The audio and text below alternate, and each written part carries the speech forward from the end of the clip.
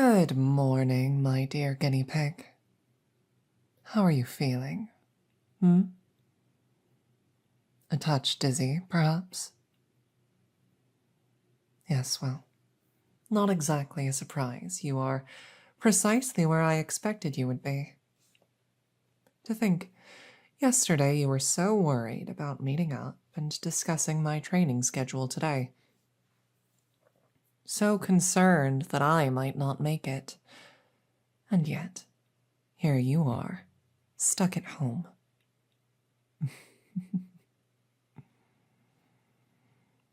Why, yes, I did anticipate this. Yesterday's experiment was rather arduous. Taxing for you. You see, my intention was to quantify the differences between human and umamusume brains. And of course to quantify how quickly a human brain could adjust to controlling the body of an umamusume. And the results were fascinating, to be clear, but this was an expected outcome. This was a grand test of your neuroplasticity. You see, such an extended and intensive bout in virtual reality is already rather taxing for most individuals, but especially when one is controlling a body that's unfamiliar. Now, I should inform you, I only initially intended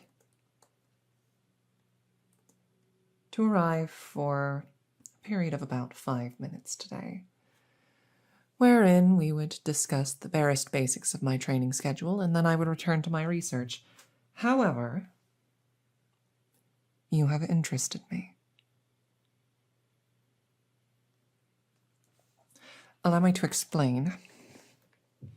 If I'm going too fast for you, make sure to let me know. It is imperative that you understand what I am telling you. All right?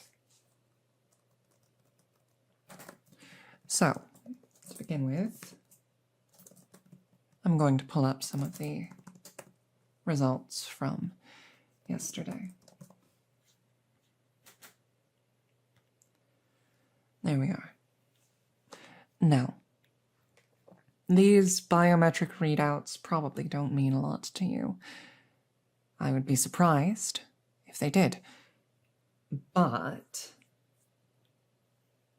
they are genuinely fascinating to me because they entirely defy my initial expectations.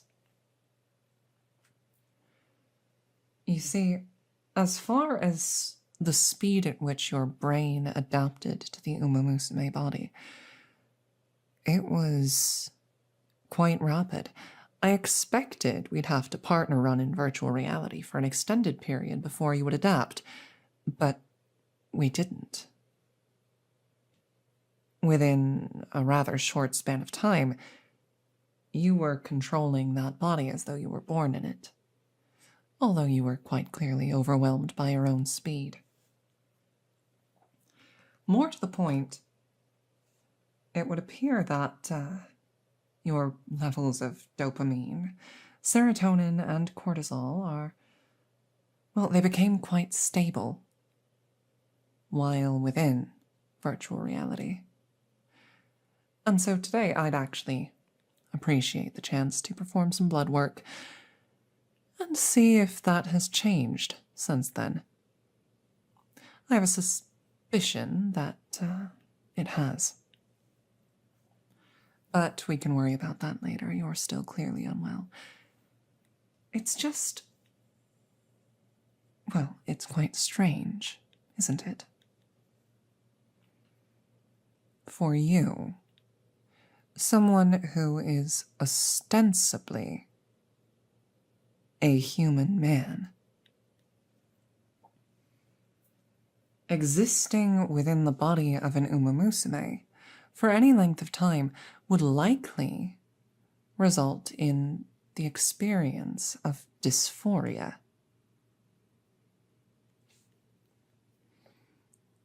Realistically, logically, if anything, the experience should have been at least somewhat distressing.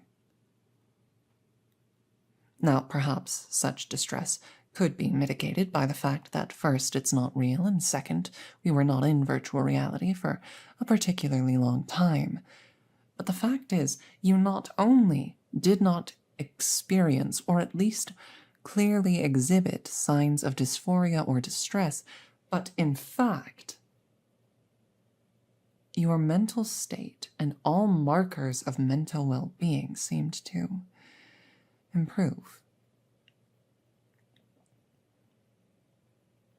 And so I've decided, today I'm going to allocate a bit more time to you. We can discuss training schedules and all that when you're feeling up to it, but for now, I'd like to discuss a certain proposition with you.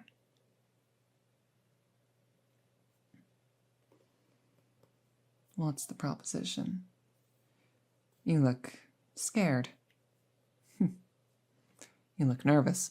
Well, don't. All right? I can assure you I have your best interests at heart today. Now then, eat this.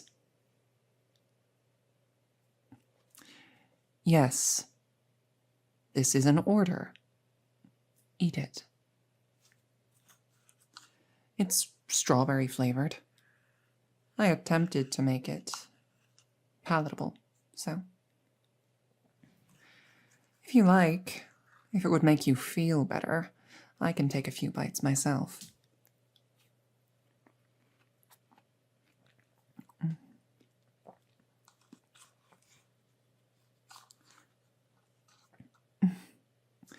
I suppose you could call it a slushy of some kind.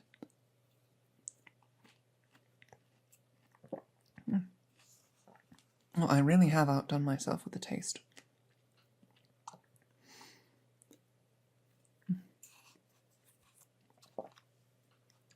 No, in truth, this is to help with the headache and the dizziness. It's my own creation. Highly effective. It should have you on your feet by the end of the day. I spent a significant portion of last night working on it. As soon as I saw your readings and started to comprehend what they meant. Consider it a token of good faith. Now, eat.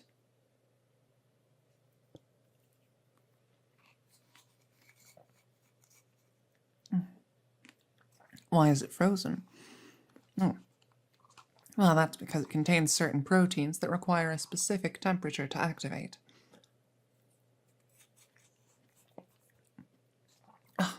No, it's not alive. Not any more than a virus is alive or a lone organ is alive. It's just protein.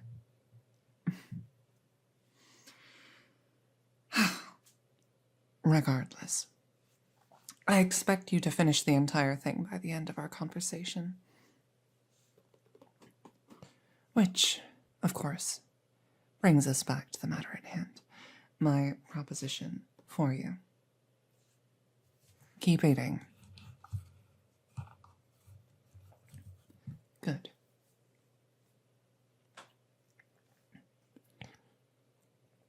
You see, I've come to a particular suspicion, and I would like to verify it today. And presuming that suspicion is correct, I would like to assist you in a way that only I can. You see, when you became an umamusume within the bounds of virtual reality, you seemed quite pleased. You seemed tremendously happy, more so than one would expect.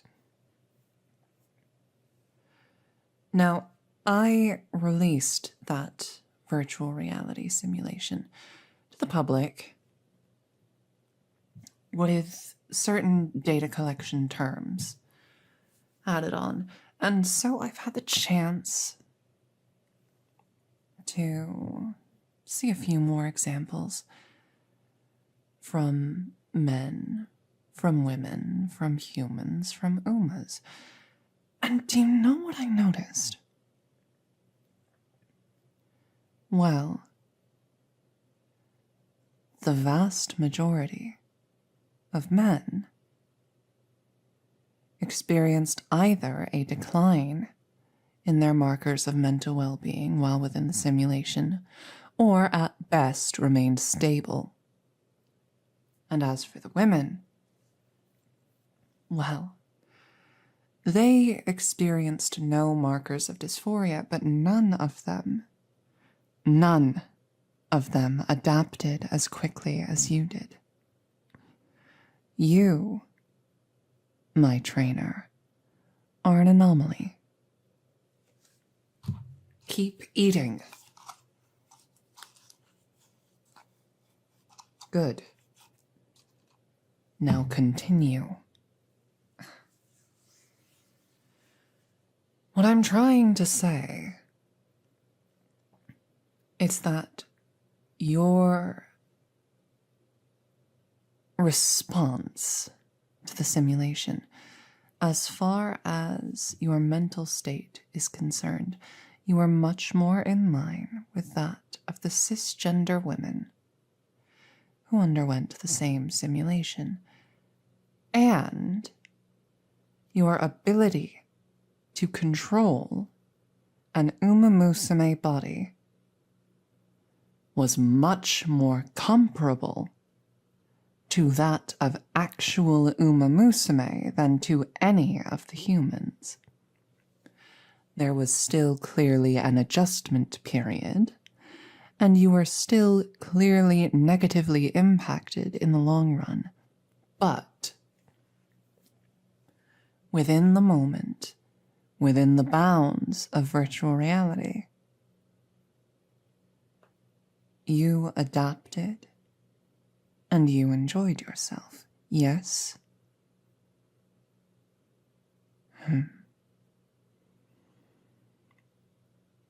Well, thank you for being honest. Good girl.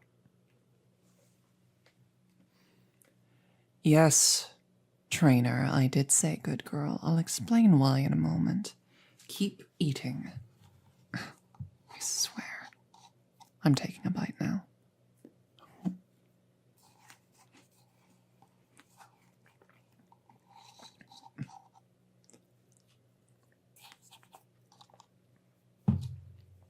I need you in top form for tomorrow, so don't stop.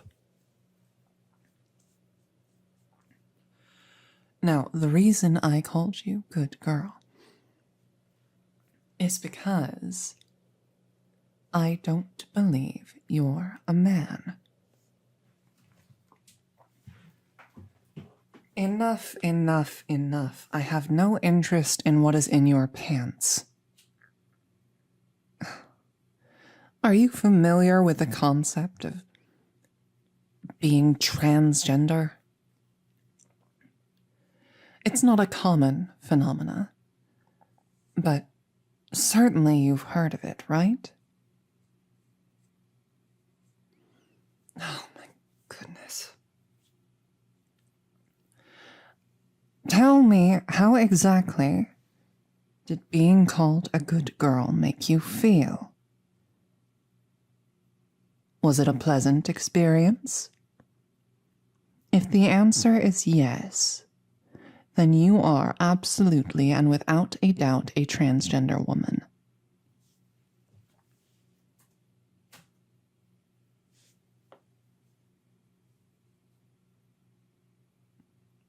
I'm going to ask you one more time to stop arguing this point. It is an objective fact and an objective reality. If you want to be a woman, if being a woman causes substantial improvement to your mental well-being. If being referred to in the feminine is something you enjoy, you are a woman. That is that. I will not explain this to you again, because it is not a difficult concept to grasp. Is that understood? Good girl. Continuing onwards, I have an additional suspicion. You see, if you were just a transgender woman, then there are a variety of treatments you could undergo that would aid you in the future. You could go through hormone replacement therapy, obviously.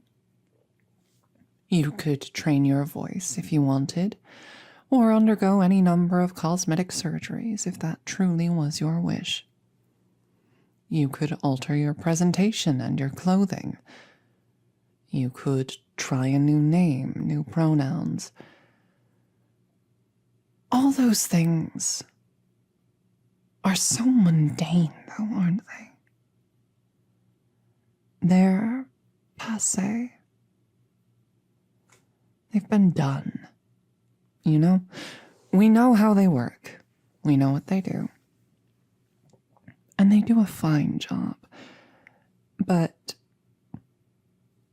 well, my dear guinea pig, I have always had a certain fascination with body modification. After all, in order to achieve the perfect physique and to maximize the potential of the umamusume body, one must have a perfect understanding of the body and its functions. And so, the capacity to modify one's body is a clear demonstration of that understanding. Take another bite. Good girl. I'm having one too. Because I deserve it for putting up with you. Now, I, as someone who is fascinated with the concept of modifying one's body and who wishes to master that art, would like to use you as my canvas.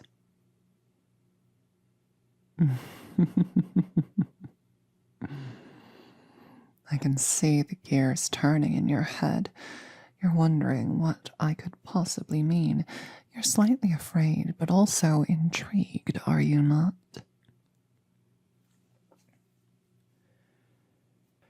Well, here's the truth. Given the way your brain adapted within virtual reality, I believe that if ever there was a human candidate who could be ideally suited for a full transformation into an umamusume, it would be you. I seem to have lucked out and stumbled upon the absolute perfect trainer for me, the perfect guinea pig. If you would accept my terms, I will endeavor, with the full force of my own cognitive might, to enact your transition, not just into femininity, but into the life of an umamusume.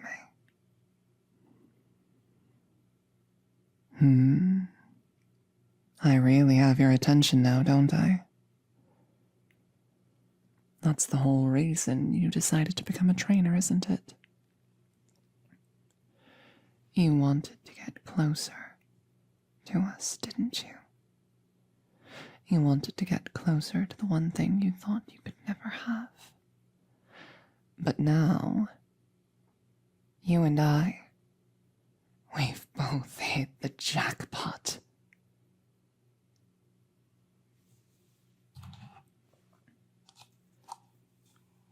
You happen to have stumbled upon the one individual who might possibly be able to enact such a transformation.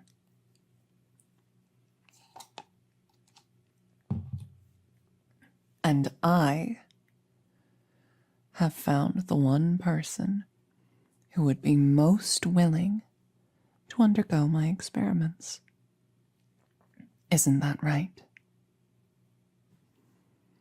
I can promise you this, any experiment I put you through will be for one of two ends.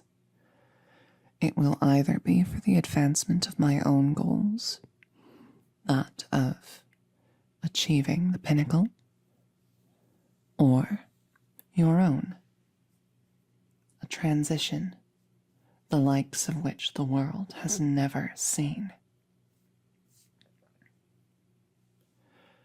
So, my dearest guinea pig, do you consent to the idea?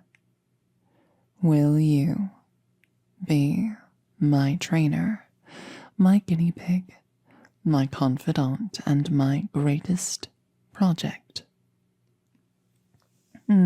Second greatest. Let's not get too ahead of ourselves.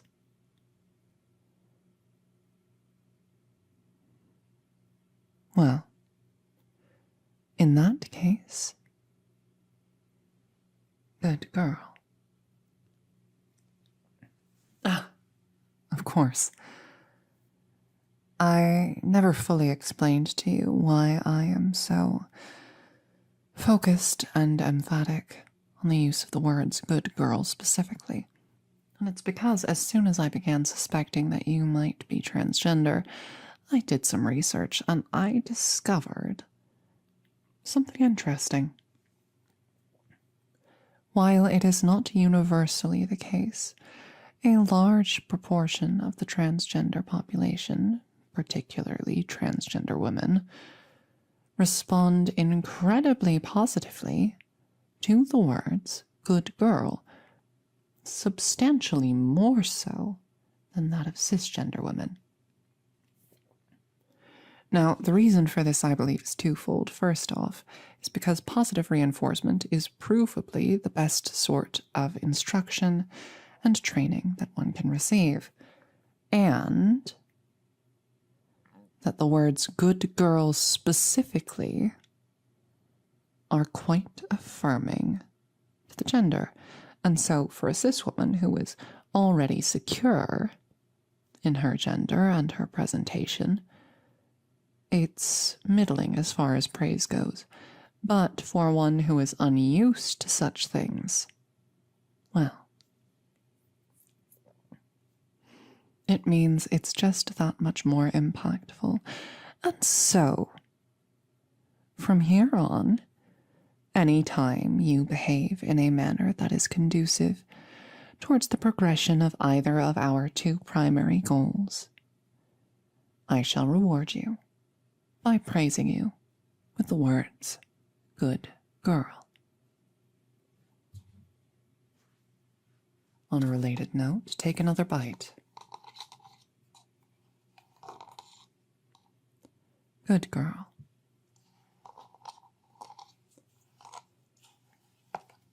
And another. Good girl. You need to eat it before it melts, otherwise the proteins will denature.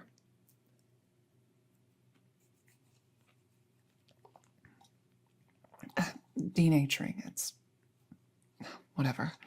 They'll stop working.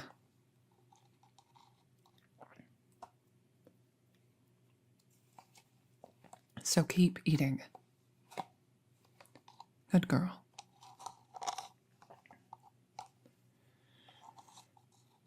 We're going to make an excellent team, I think.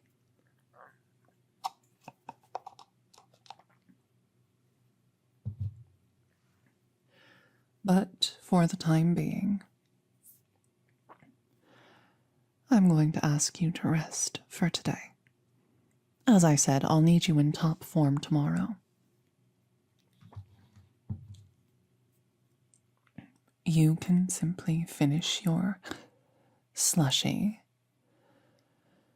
and rest in bed, and I will prepare for tomorrow, and the day after, and the day after that. You've become my new project and the new object of my fascination, so expect to see a lot of me for the next few days. Oh, you don't mind if I collect a few hairs from your hairbrush, do you? I might also steal your toothbrush. I'll buy you a new one. I need to collect some genetic information, as well as gather your physical baselines. That's the main project for the next few days, by the way. Any exercise you have me do, I'll expect you to do as well. Before I can begin modifying your physiology, I need to have a good understanding of your current physiology, you understand, yes? So, rest. We'll have a busy day of training tomorrow. We will. You and I.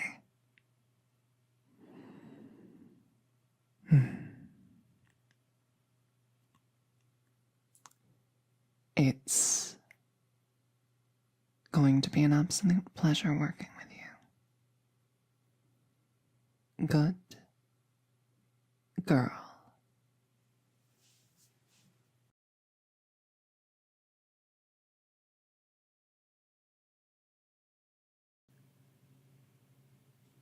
Oh, there you are. You know, you shouldn't be out so late. You cut it very, very close to curfew, you know that, right? Your friends were worried about you.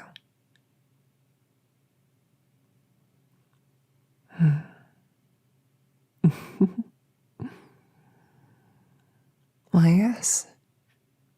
I was waiting for you. My name is Super Creek. You can just call me Creek, if you like. Your friends were so worried about you. They were all going to stay up late waiting for you, but... well, I volunteered to stay up instead, so that they could get their rest.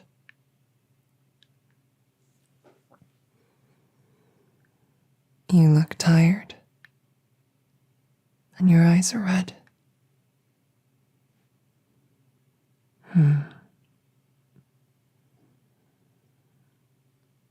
When I talked to your friends earlier, well, I had a feeling. You were out there venting some frustration, weren't you? And I have an inkling. I might know what it's about.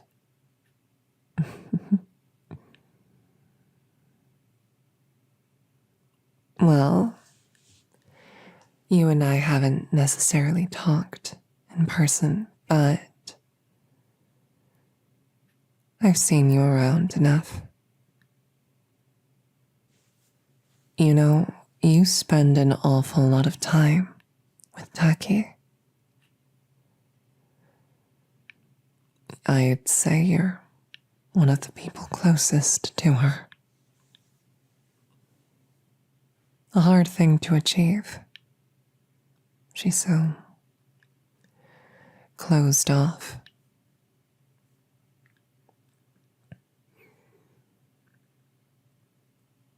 And yet, well, We all heard that Taki announced she was done racing. That news must have been hard for you, huh? Hey, shh, shh, shh, shh, shh, shh, shh. It's okay. It's not your fault. It's not your fault that this happened. Even if I disagree with it, it's Taki's choice to make. And it's not either of our places to interfere or to argue with her, okay? That's something she ought to work out between herself and her trainer. Although, knowing her, I somehow doubt she'll be able to keep from running for very long.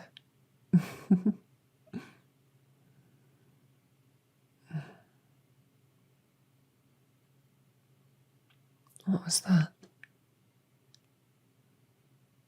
Your expression. You looked a little upset when I mentioned Taki's trainer.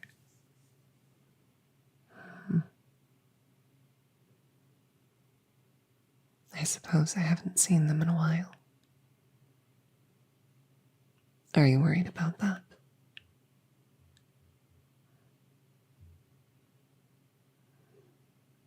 Listen to me, okay? Trainer or no, Taki is strong and driven.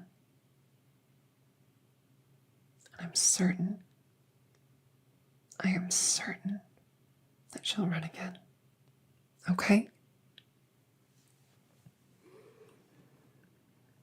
That's the core of it, isn't it? You wanted to run with her someday, didn't you? To race her. To beat her. Hold on to that fire. Onto that drive, okay? Because I'm certain you'll get your chance. But for now, maybe it would be a good idea for you to take some time for yourself tonight to decompress, to process, and to relax. Okay? And I would be more than happy to help you with that. I really, really would. Come on. My room isn't very far from here. I think I might be able to help you relax just a little bit. Okay? All right. Now, let's see. You're still wearing your running gear, aren't you?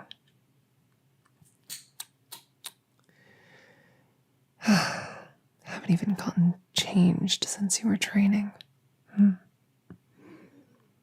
Well, we can deal with your sweaty, gross clothes later. For now, how about we get those shoes off of you? We get your cleats off, and I help you tighten the shoes on the bottom, okay? Even just the sound of it. It's relaxing, it's calming, steadying.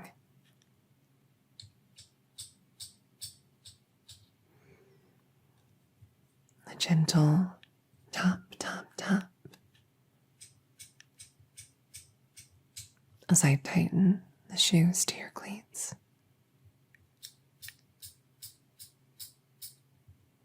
This This sound,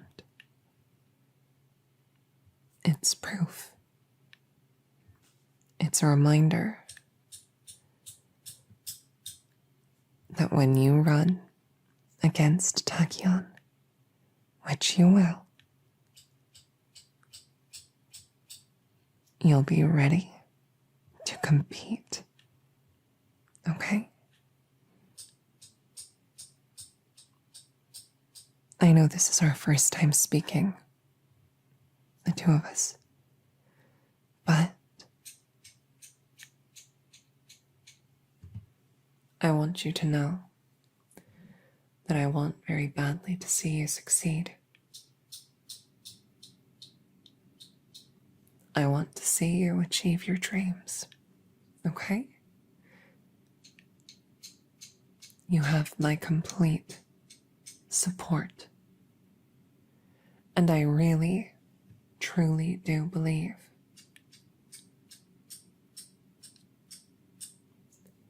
that your dreams are something you can achieve.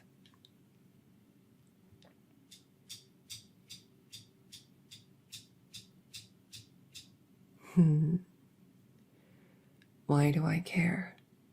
Oh. Well, aren't you a little bitter? Oh, it's okay. It's okay. You've got some very big feelings right now. It's all right. You don't need to apologize for being a little snippy.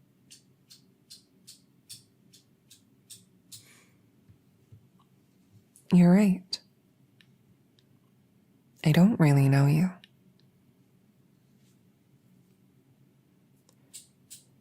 I don't know why your focus is on tachyon specifically. I don't know how the two of you got to be so close.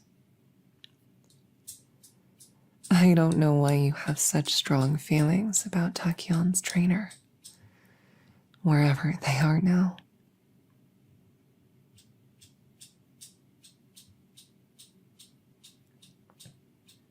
I don't know.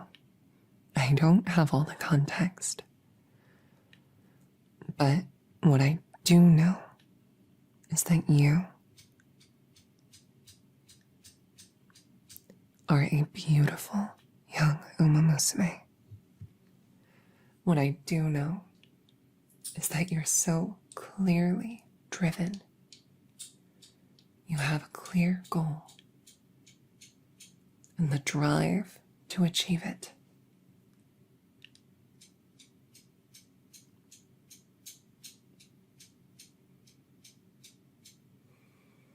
What I do know is that if you really try, and I really believe you can, I really believe you will, I believe that your dreams are not out of reach.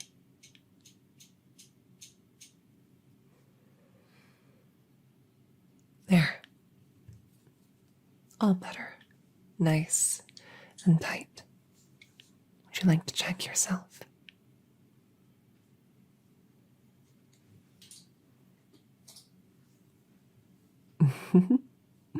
Happy with them? That's good. That's really good to hear. Now then, how about we move on? I'm going to sit down in my bed right here.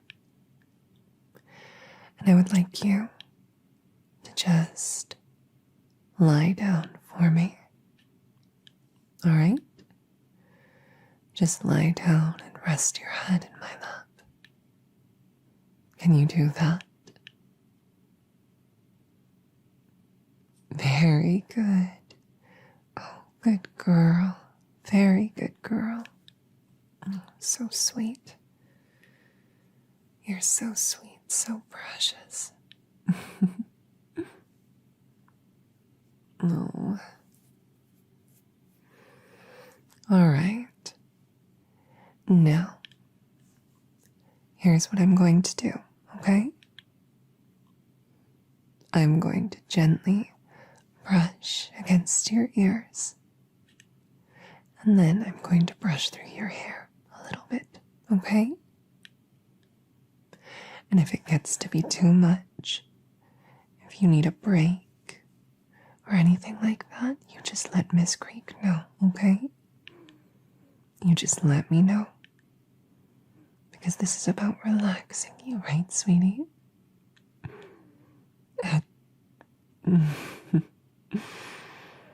Sorry.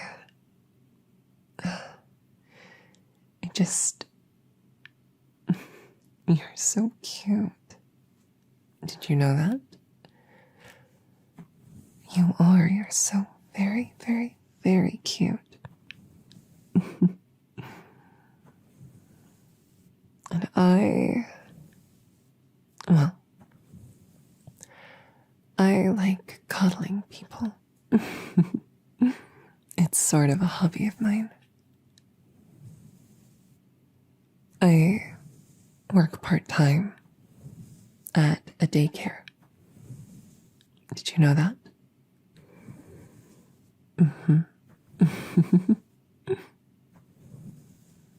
And all the little kiddos there, they call me Miss Creek. Oh, they're so cute. So precious. Just like you. Just like you. Yeah. You can call me Miss Creek if you want. But you don't have to. I know you're a good bit older than that.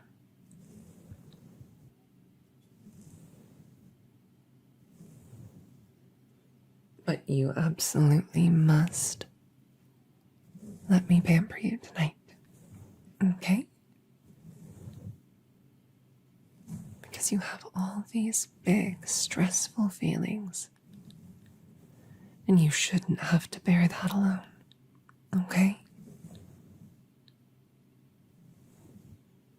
If you ever want to talk, you should know I'm here. Okay?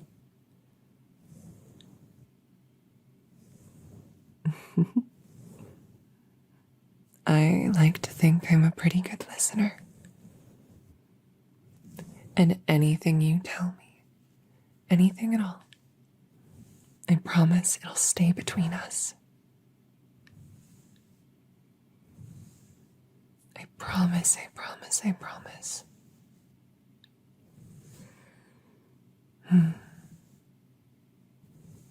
Still a little nervous to tell me everything.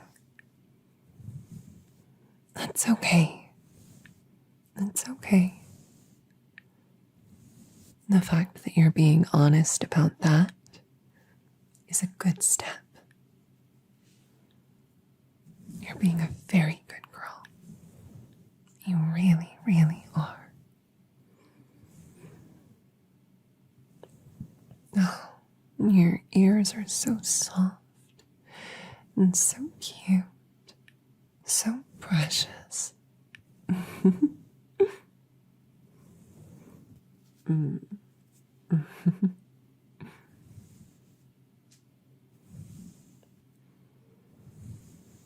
Does it feel nice when I pet them like this?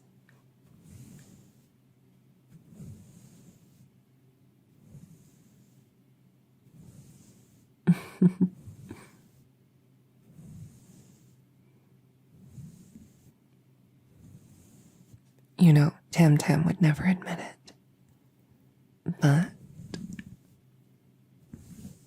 she really enjoys when I pet her ears like this.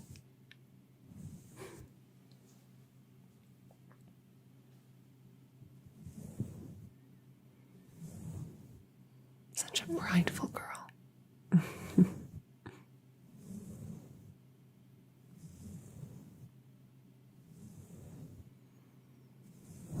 so cute, just like you.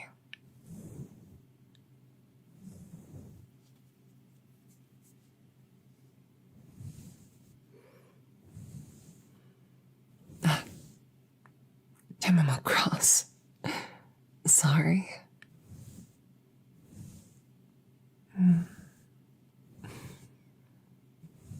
I'll have to think of some kind of cute nickname for you, won't I? If you'd ever like me to pamper you like this again. I think it's important that I get to call you something cute. It just puts a smile on my face, you see. Although I guess getting to brush your ears like this and watch your eyes drift shut as you get so sleepy. Well, I'm already smiling pretty big, aren't I? It's okay, you know. You can fall asleep if you want. I won't mind. I'll just let your roommate know where you are. And you can just rest here if you need to. If this is the place you find comfy and cozy.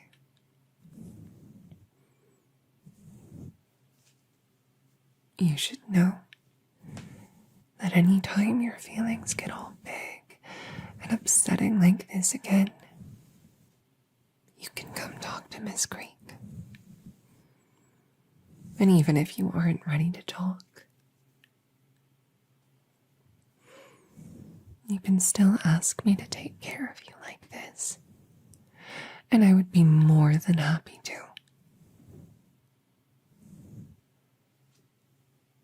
There you go, sweet girl. Oh, your ears are so cute. They're so cute. Because you're so cute, aren't you? Alright. Well, let's get your hair brushed out, shall we? Here we go. Going to be nice and gentle.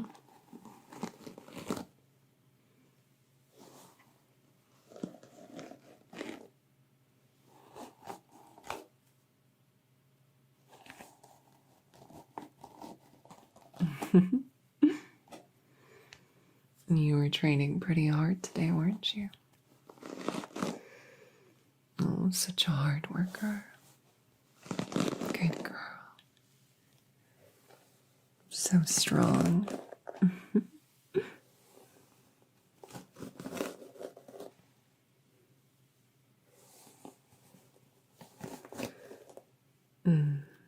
It's because you really want to race against her, huh? I understand that. You really admire her, don't you?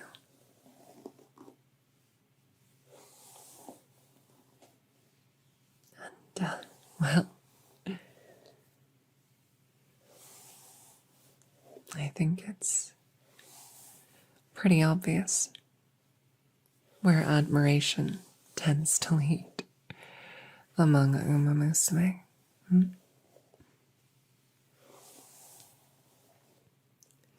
When you find someone you really look up to, who you think is more amazing than anything in the world. In all of us, in every single uma, when we meet someone like that, there's always a part of us, some part of our heart, that wants to meet them, to match them, to surpass them.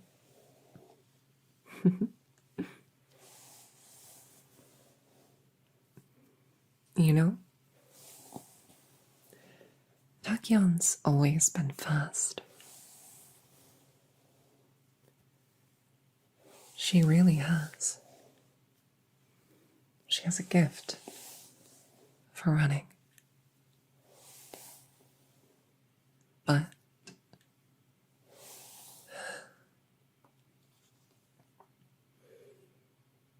She'd been stagnating for a while. Did you know that? She was fast. Faster than her contemporaries could catch up to. But her improvement, her growth, was beginning to stall.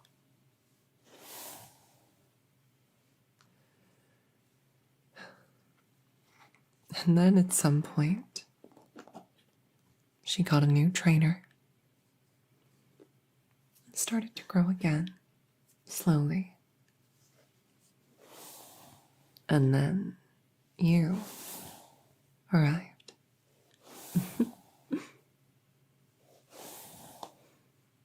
I still remember the first time I saw you. Even if you didn't notice me, I couldn't help but notice you. An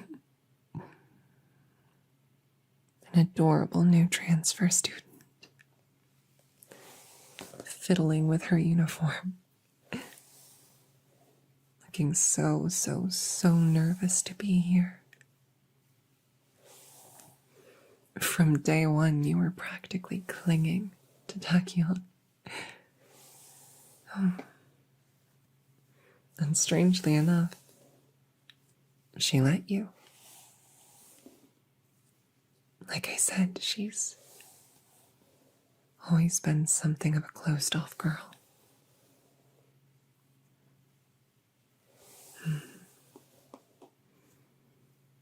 You must have been good friends before you started attending classes here, huh?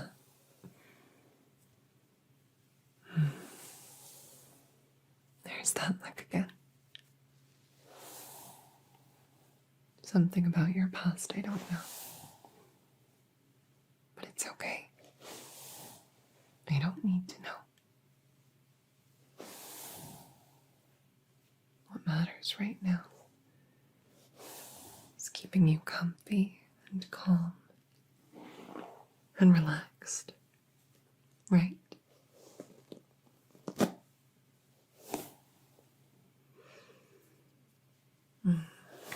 And ever since you arrived, Taki started improving again. Really improving. Rapidly improving.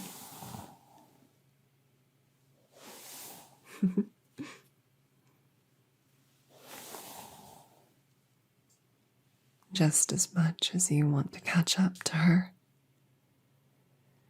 she seems somewhat desperate to keep ahead of you.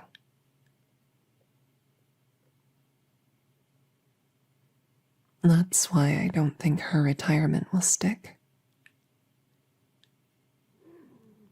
Keep training. Keep running. Win races.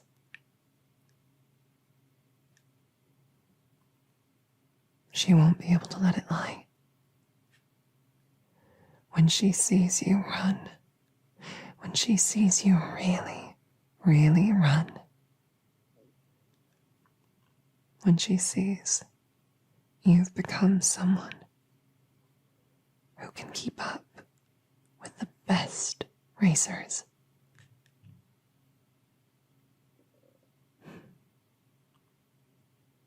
there's not a doubt in my mind that she won't be satisfied until she runs against you at your best.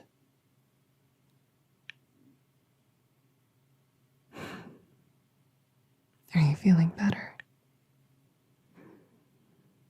Good. Good girl.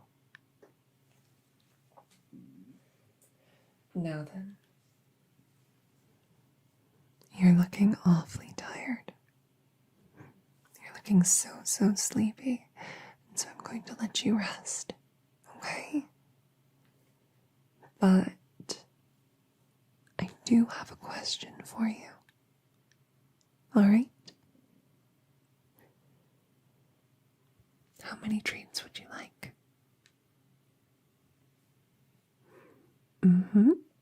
How many treats? You can learn a lot about someone when they give you an answer. I ask the kids at the daycare the same question.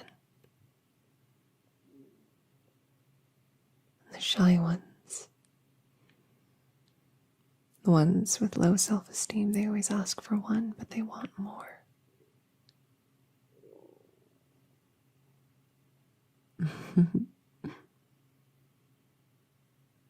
You seem like the kind of person who'd ask for one. But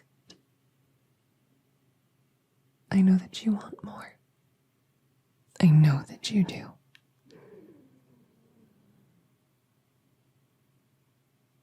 In the morning,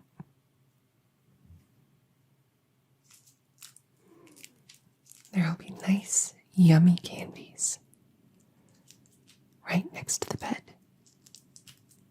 And they'll be yours. So, how many treats would you like?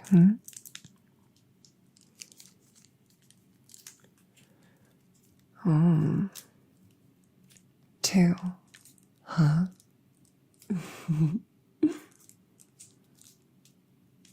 You think you're being clever, but you're not. You already knew I wouldn't believe you if you said 1. So, 2. Be honest, okay? Don't worry about being greedy. It's just candy. I have plenty of it. How many treats would you like? 5? Well, that sounds a bit more like it. All right. Then there will be 5 yummy treats sitting on the bed next to you when you wake up. And then the 2 of us can go grab some breakfast together. My treat. All right. Good girl. Very, very good girl. You just close your eyes and sleep nice and tight.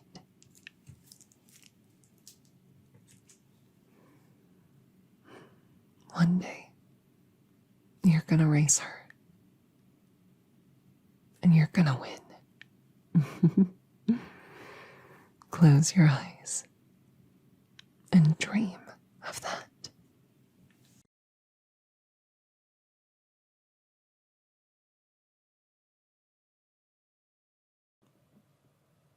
Coffee?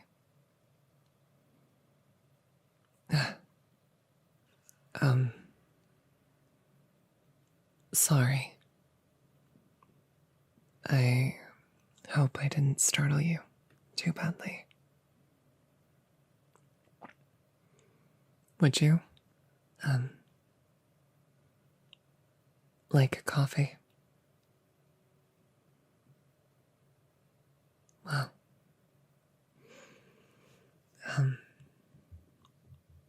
in that case, come take a seat. Come and sit, please. Thank you.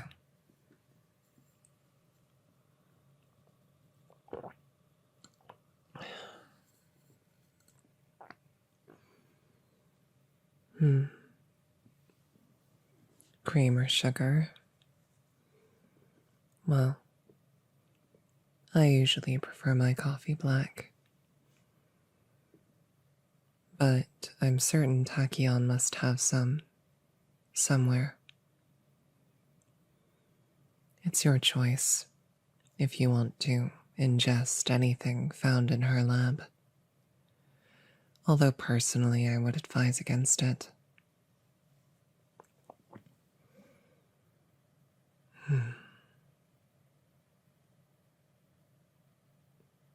I'm not the one you came here to see. Am I?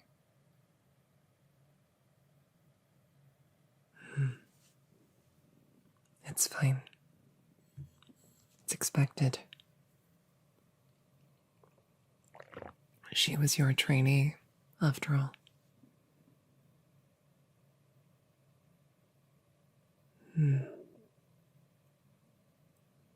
Were you not aware I knew? Of course I did. We never talked much when you were training her, but I've spent enough time around you.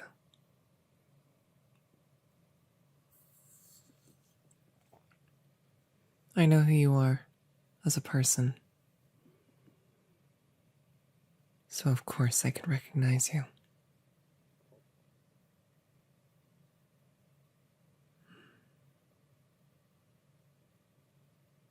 You're worried for her, aren't you? Worried about the indefinite hiatus.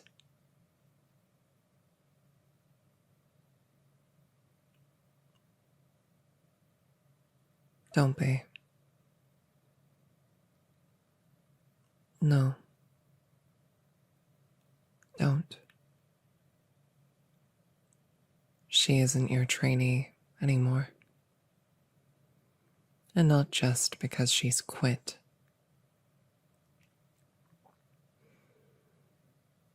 She stopped being your trainee the moment you became an umamusume. You can't be both. You can't be both a student and a trainer. And you chose.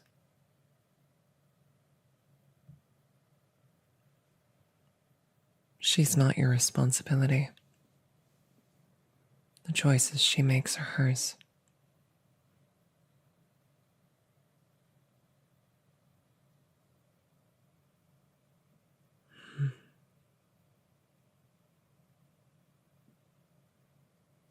Do I sound callous when I say that?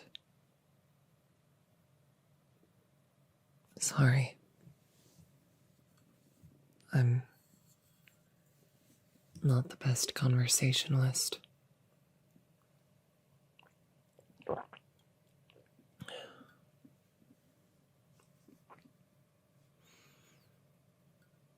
It's not like I don't care. I do. But I don't have the power to change what's going on in her head. I don't get to decide that.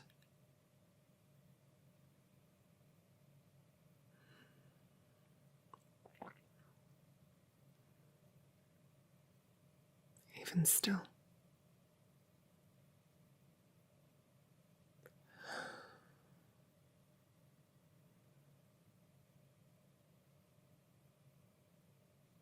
The time I saw her,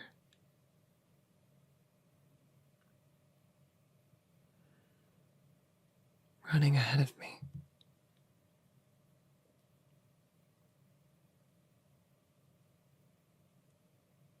when Tachyon almost caught up to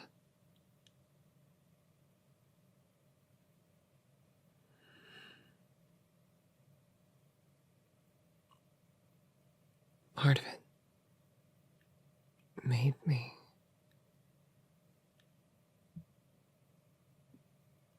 angry, upset, something.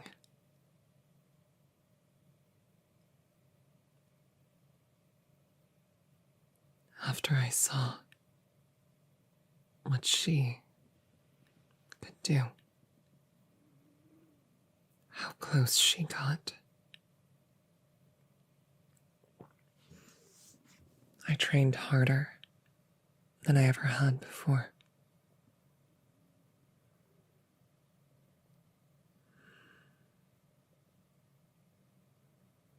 I started getting closer myself.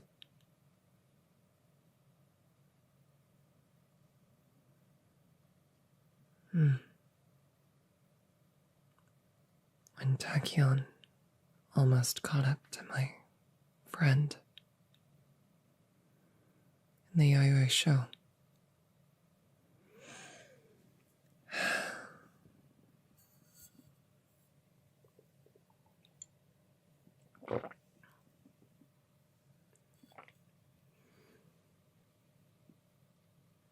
Part of me sort of wishes she was still racing.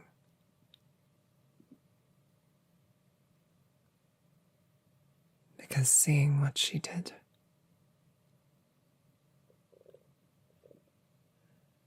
made me care more than ever about getting stronger and faster, so I could catch up to my friend before anyone else could.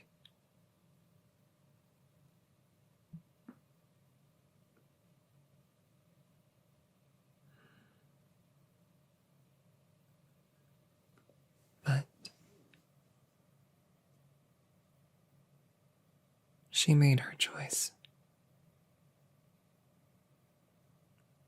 Eventually, she might change her mind.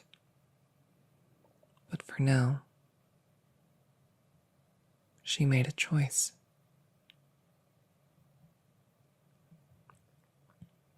She's done racing. And there's nothing you or I can say to change that. And so, I'm going to run my own race.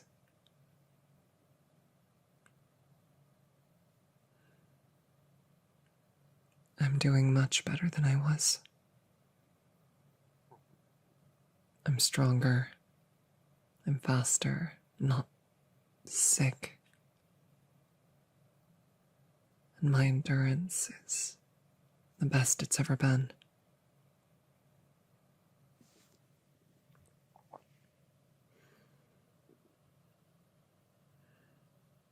I'll be running in the Kika show. And when I do, I'll be putting everything I have into getting as close to her as I can. Whether Tachyon is there or not.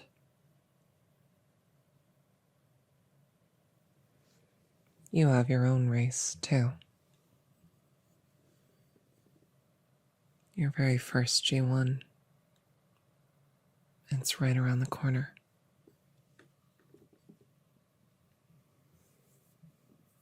Do you think you can win if you're worried about someone who isn't even there?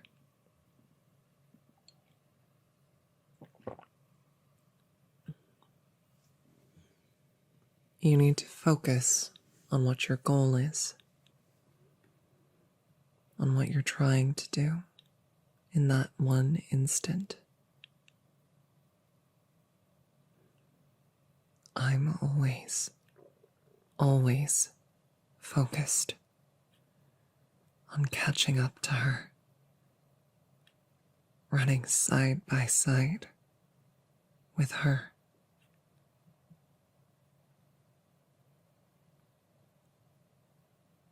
That's my goal. That's what I have always fixated on ever since I started running like this.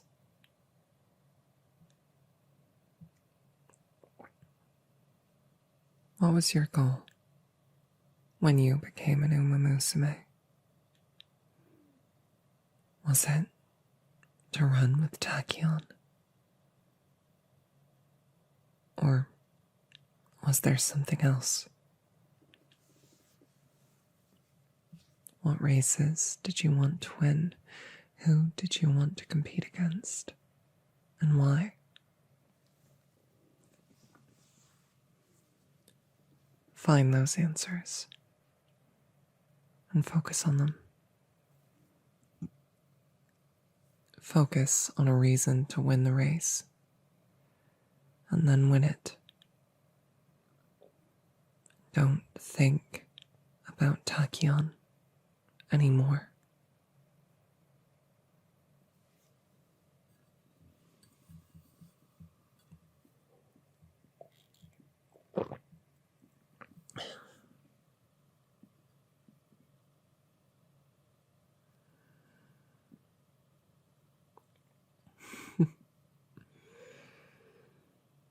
I suppose in a certain sense you're right.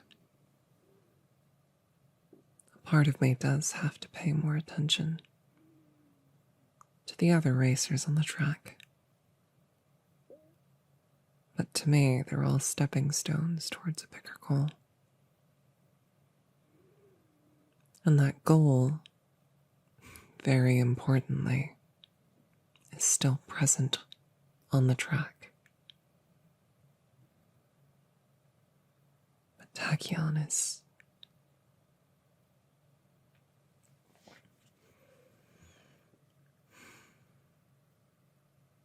she's your classmate. You know that, right? She's not your trainee anymore. She's a classmate and a peer. She's not your responsibility. She'll come back to racing, or she won't.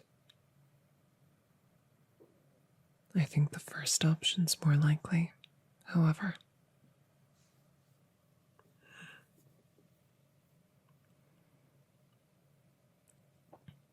I spend a lot of time in here. I do.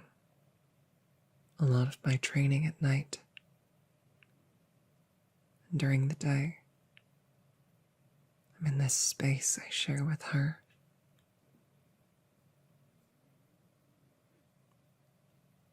And I hear her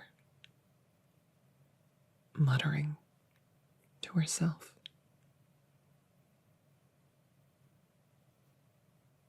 Her plans, her ambitions, her goals, her ideas, everything.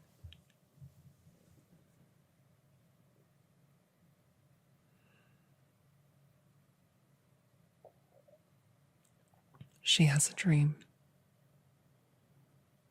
just like all of us. But right now, she's trying to convince herself that she doesn't need to be the one to achieve her dream. That anyone can do it and she'll be satisfied.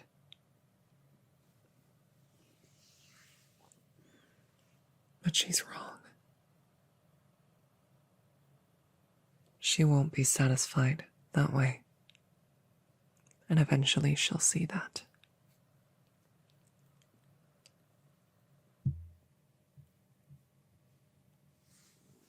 You're not her trainer anymore. But you are her classmate and her peer. And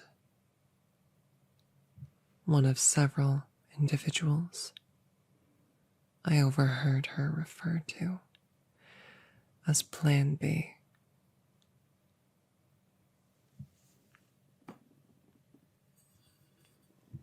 Do you know what that means?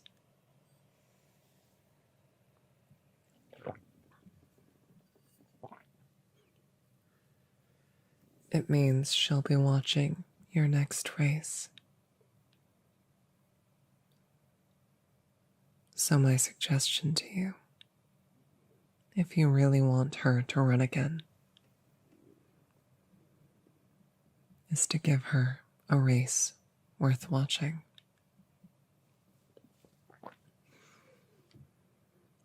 Show her how running makes you feel.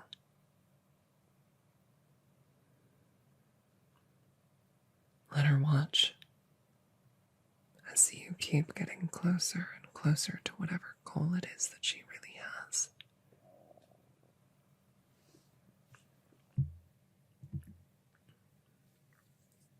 Her pride won't be able to just let that slide.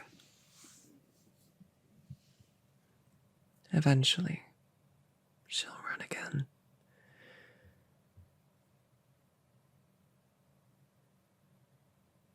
And you'll have your trainee, rival, researcher back.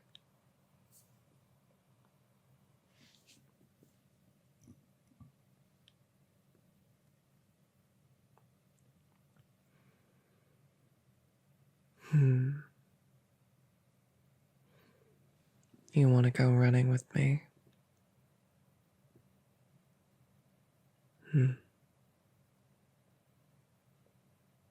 Not many people offer that. You're not scared, are you?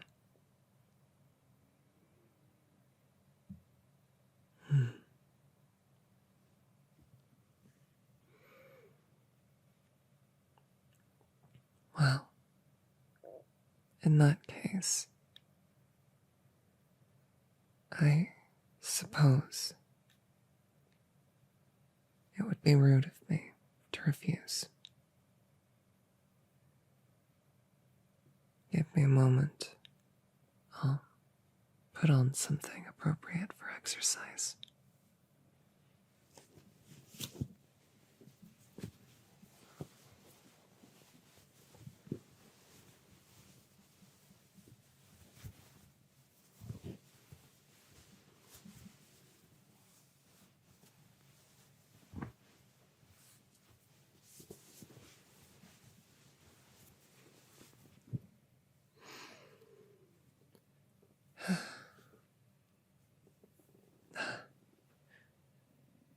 Should finish my coffee first.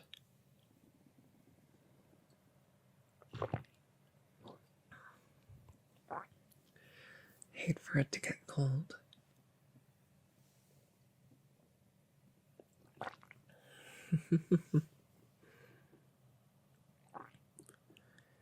Is coffee a good drink before a workout? Probably not.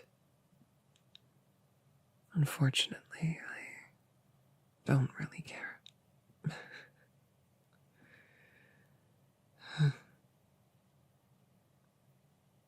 You know,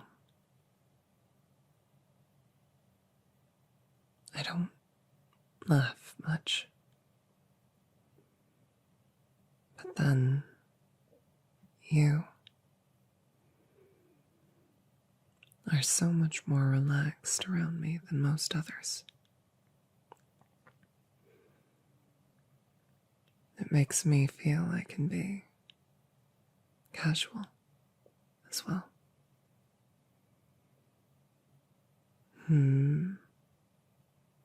Although, now that I think about it, you are someone who willingly trained tachyon, and who remains dead set on spending as much time with her as possible.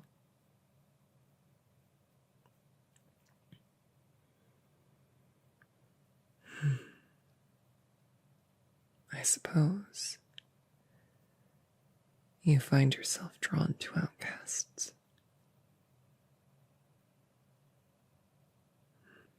Well then, I suppose we're both all set.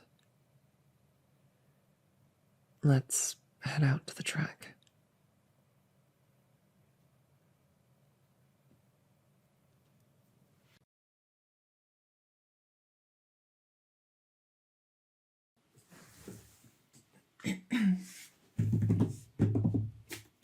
Okay, let's, all right, so, Takyon's not gonna be back for a bit, and I have all of the data I collected, which isn't much, but I want to record this in as many ways as I can because this is directly pertaining to Agnes Tachyon, my incredibly smart and beautiful and amazing roommate, and I think there's a chance she'll find the records that I and so if I don't record everything super thoroughly in as many ways as I can, things might get messy if she finds any of the recordings. So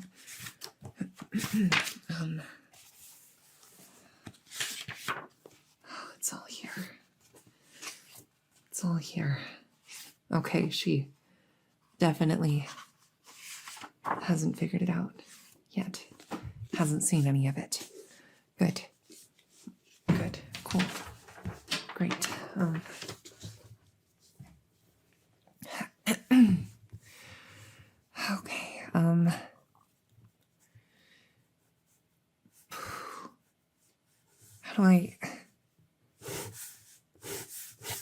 How do you start one of these?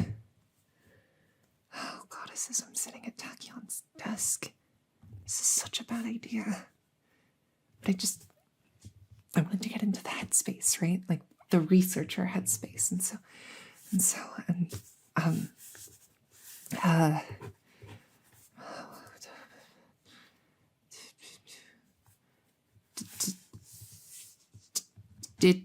Digital's log, research subject, unknown, umamusume.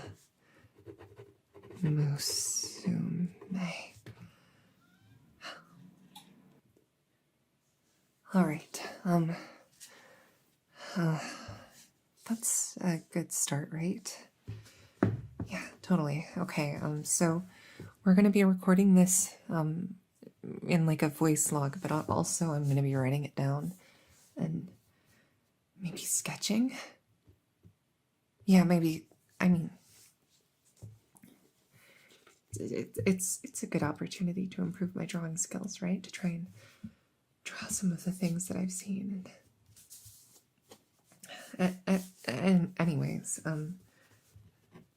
the purpose of this is to try and build an understanding of the new umamusume that has been spending time with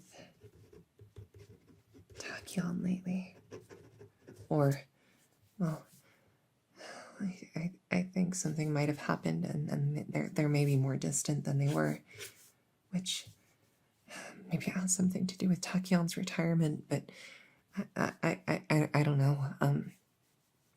The point is, there is a new Uma on campus, and I've seen her around, and I've taken pictures and stuff, and she's done some races and performed really well, and so I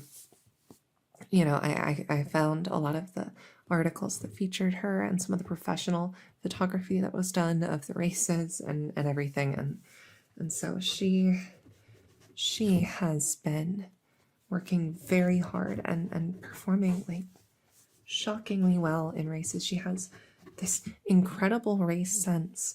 Like she knows exactly when to attack. She knows exactly who to mark, who the threats are. She manages her pace like nothing else. And yet, I don't know anything about her, except I guess her name. And so that's what I'm trying to figure out, is where did she come from?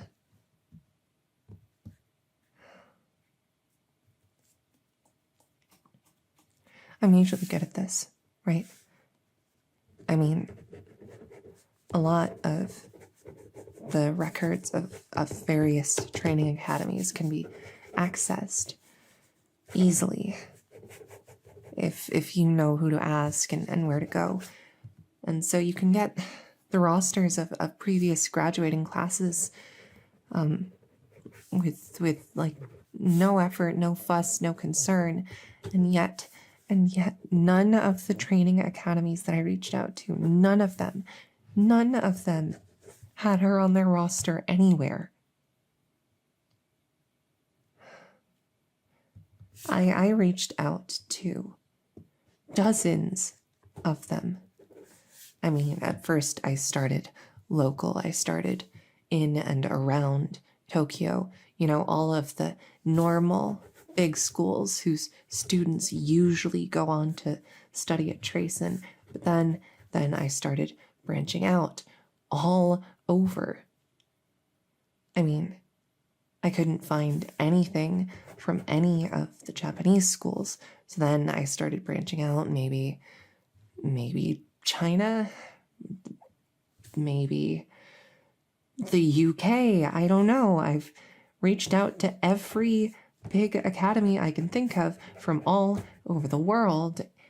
Every single one that could theoretically produce a racer of that caliber, and none of them.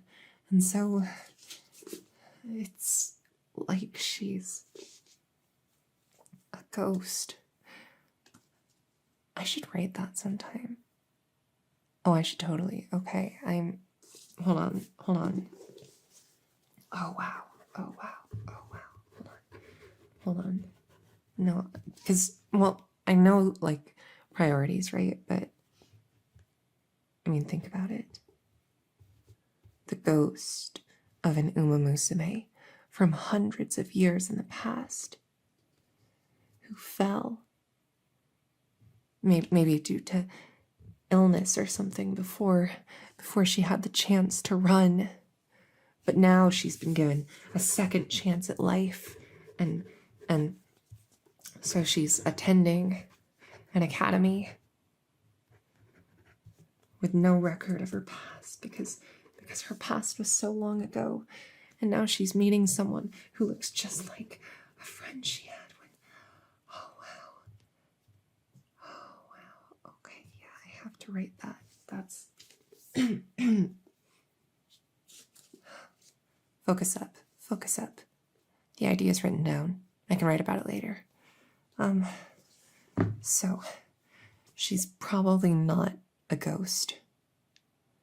But then what? Why wouldn't she be in any of those records? Unless she'd never been to any proper training academy before this. Now that makes her past a lot harder to track down. But I think based on certain behaviors, I think if I just... Let's see. I have a folder. That's full of pics and records, and she visits Takyon's labs like all the time, all the time, at least once a week, usually more. That's unusual, right? To do that so often. It really is. And so that, you know, it leaves me thinking, like, clearly she has some kind of connection to Tachyon, but that's not enough. That's something anyone could guess. She has some kind of connection to Tachyon, but the fact that she seems so close to Tachyon, and the fact that she spends so much time with her, and in the lab specifically, paired with the fact that she's not in any record anywhere,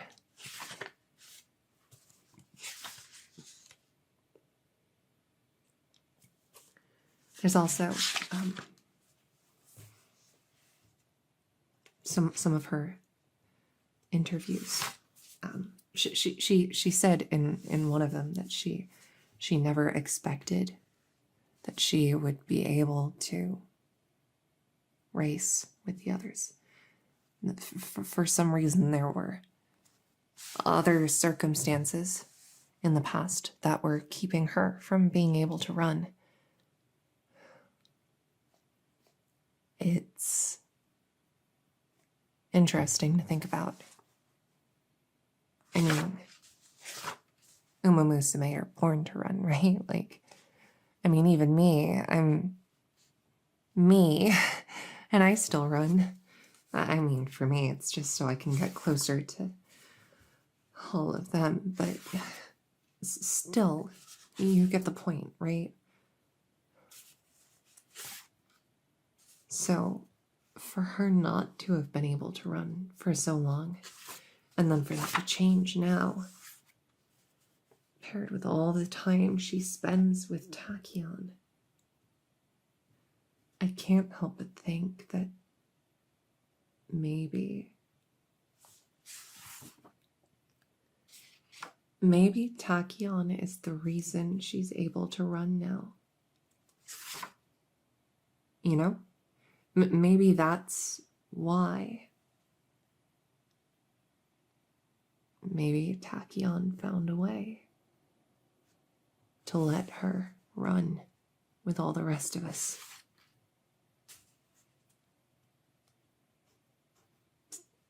Do you get what I'm saying?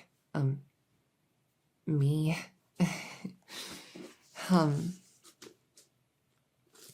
feel like I think and I feel like maybe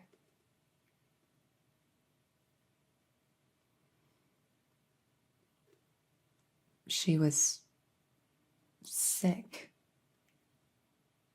And maybe Tachyon's giving her some kind of medicine so she can race now. And maybe the reason she visits so often is because she needs regular doses, right?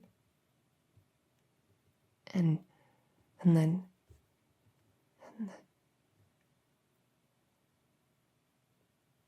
that couldn't just be all because why would Tachyon have that medicine if she didn't know her beforehand? So clearly they knew each other before, right? Before she became a student here. She and Tachyon were childhood friends. They were childhood friends. I mean, it's kind of a trope, but it makes sense, right? Picture it. Way back in the day, back when Tachyon was just a little kid. Oh, that sounds so adorable, but we're gonna keep it together. So, back when Tachyon was just a kid, right? And her friend was just a kid too. Maybe they always used to run together, you know? Maybe they both had these big dreams of who they wanted to be, what they wanted to do. Maybe they had some grand dream of running for the Triple Crown together, competing with each other and pushing each other to grow and blossoming, and then Tachyon's friend got sick, and it was something major.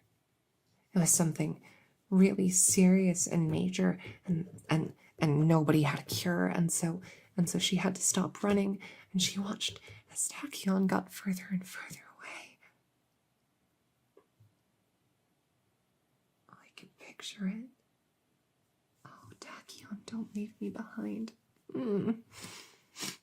Okay. It's fine. It's fine. We're theorizing, and I'm not going to start crying. And so she was super scared, being left behind by Tachyon. But Tachyon never really left her behind. The whole time that she was continuing to train and study and work, she dedicated herself to science. I mean, we know she did that. It's been kind of inscrutable what her reasons are for it. She's closed off about a lot of things a lot of the time. But maybe the reason she became so obsessed with research in the first place is because she was desperately trying to find a cure for her friend. And now she's finally done it.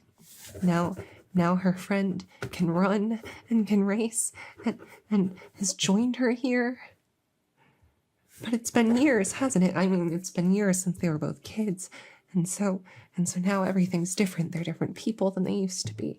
But there's still a spark, there's still a connection, and they still care about each other. And so Tachyon, she's been working on this medicine the whole time, and now it's done, and now they're here, and they're trying to reconnect, but they don't know each other anymore. And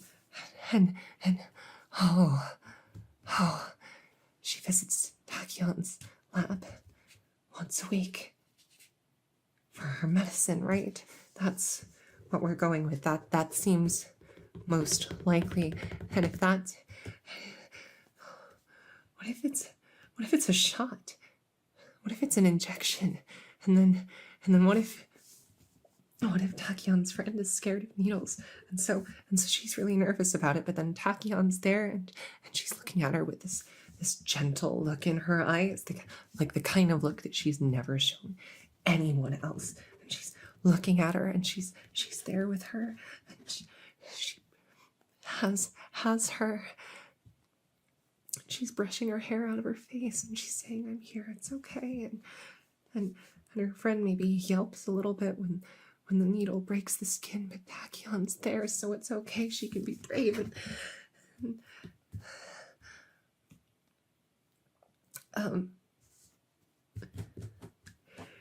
Okay, maybe that last part is projecting a little, but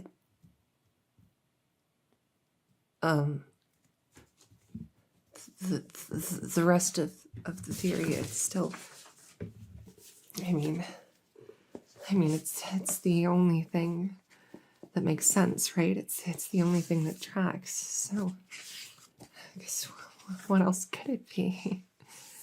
You can't just, I mean,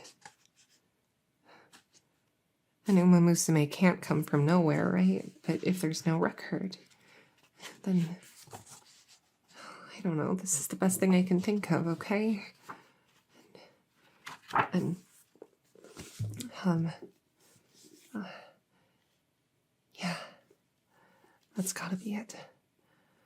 Oh wow, okay, I gotta write fanfic about this. I gotta write fanfic about this, right? I have to do it. I have a responsibility to do it. I mean, it's gonna be just about the closest thing to the true story between those two that's ever gonna get out there. Wow, that is a big responsibility, but whoa. Okay. Yeah, okay, I'm gonna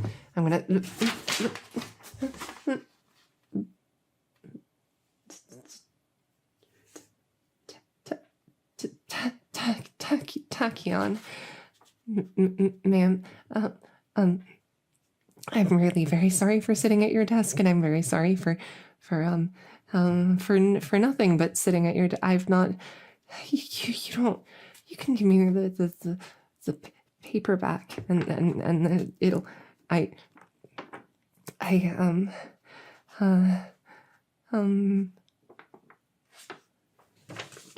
oh.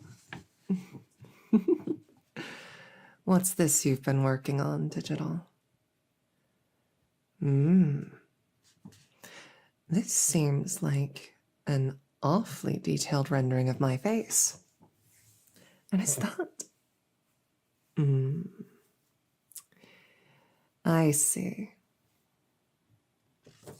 Well, Digital, I am afraid I'm going to have to confiscate these documents.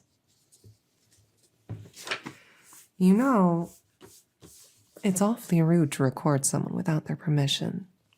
It's true, it's very true.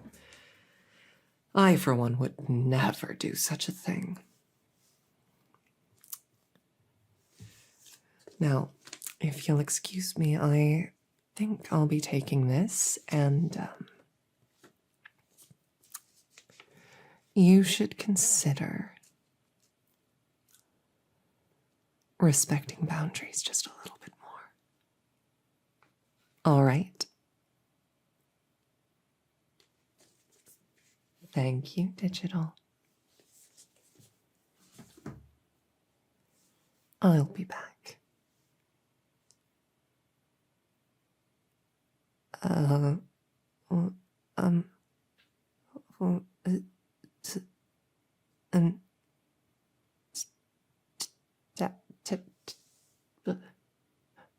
Oh, she's gone with my notes and all of the magazine clippings.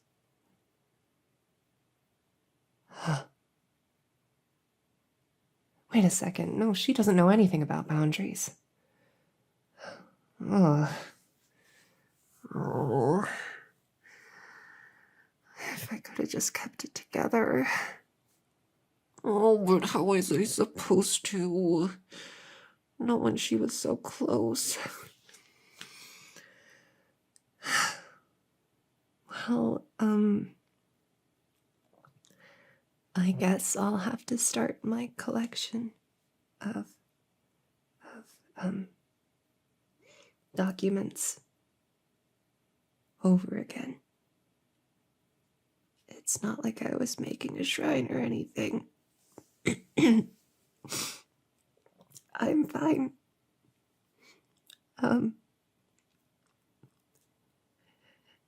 And log.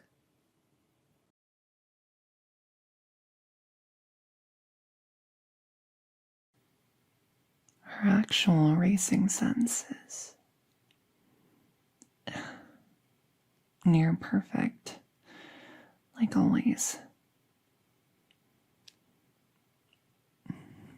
Such a grasp of the theory behind positioning and proper pace, and yet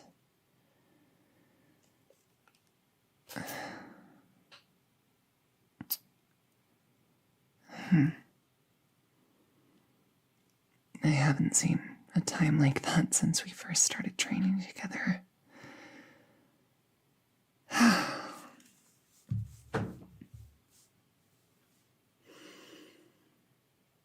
All right.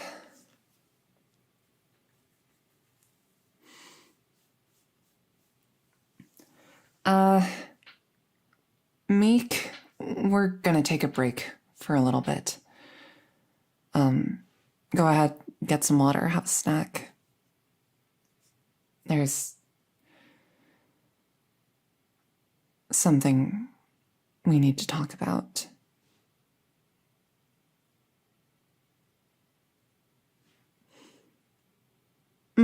Yeah, you're doing great. You should be in a great spot for the URA finals when they come around.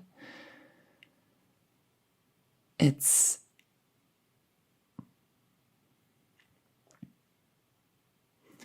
just something between me and your teammate, okay?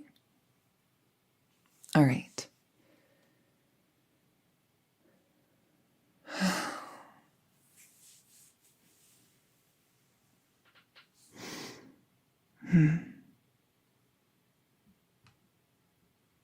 You willing to talk somewhere private?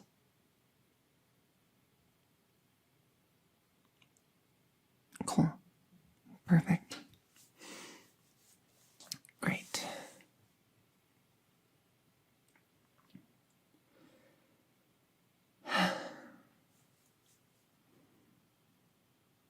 You know,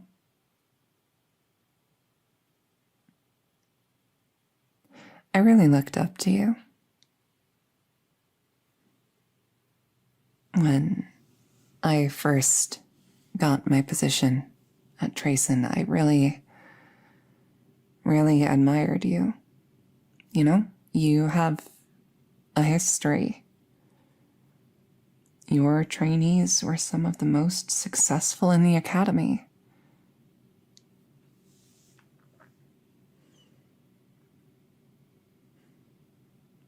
When I first started working here, training Meek, you were training Tachyon. And, well, now you aren't. Now, as weird as it is, I'm in charge of training you, but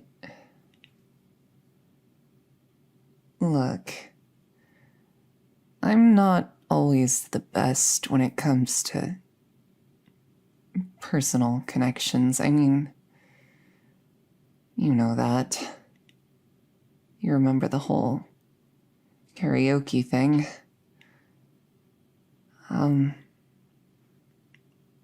But I can tell something's bothering you. And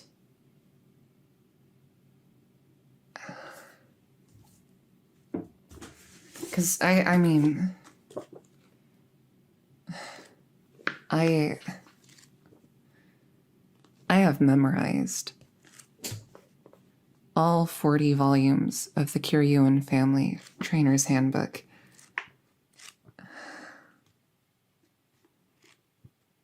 But realistically, there's nothing in your physical condition or training schedule that should explain.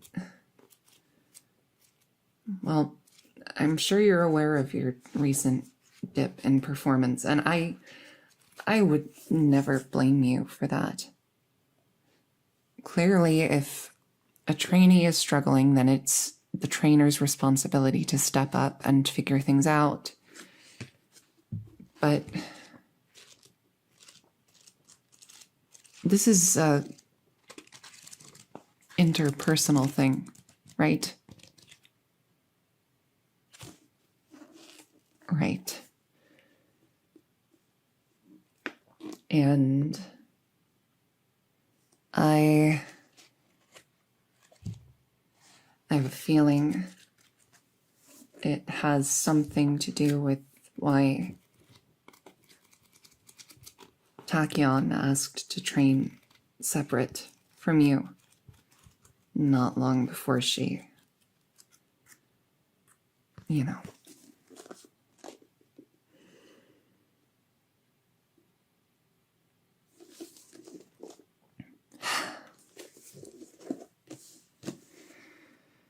I still don't know what I'm gonna do about her.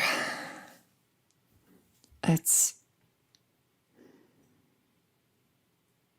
like she's given up, but doesn't want to, you know? I really don't get how you managed her back when you were her trainer. I mean, her win at the Hopeful Stakes was incredible. And what happened at the Yayo show, it was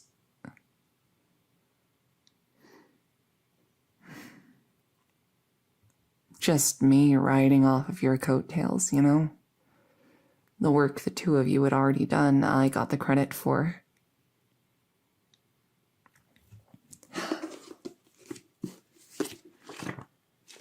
It's, you know, kind of funny. Most trainers work with teams, right?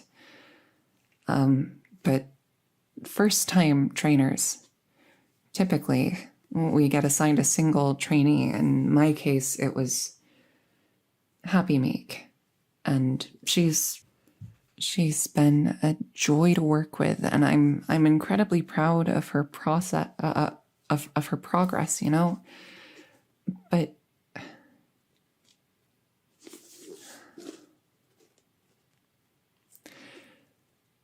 well,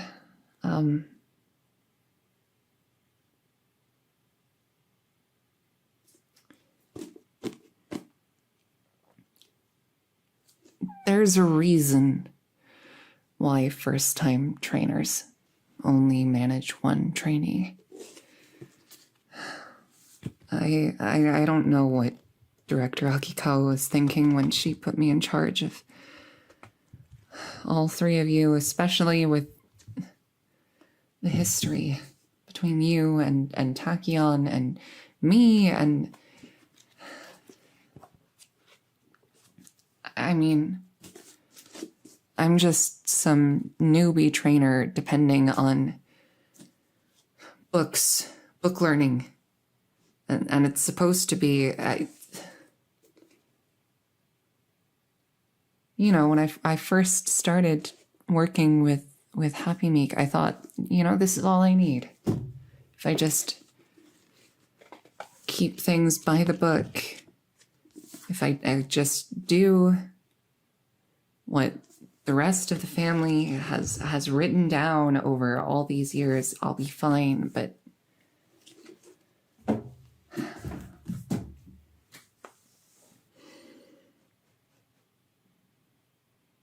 clearly that's, you know, not the case.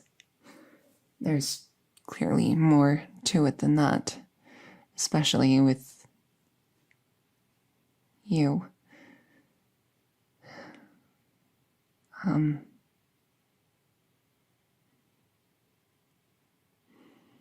So, I suppose we're going to go off book a bit.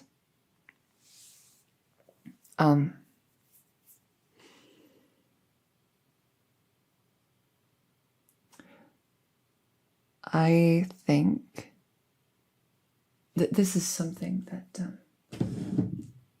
I think there's some precedent for in the book, actually. Even if it's pretty... let's see.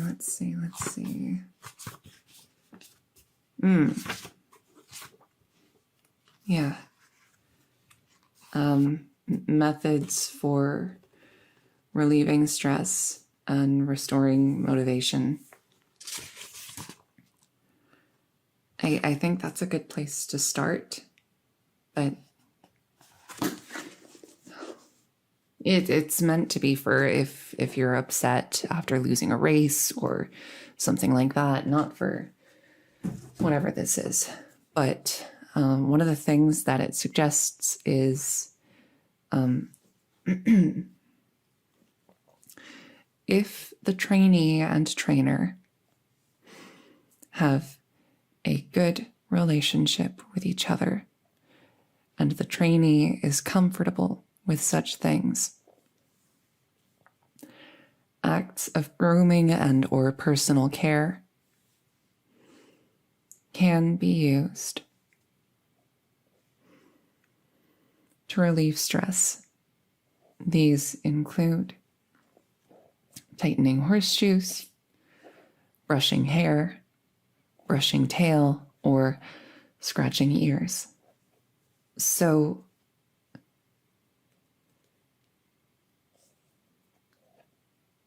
I'm going to be honest, I brought a brush because I wasn't certain until I saw you run, but I had a feeling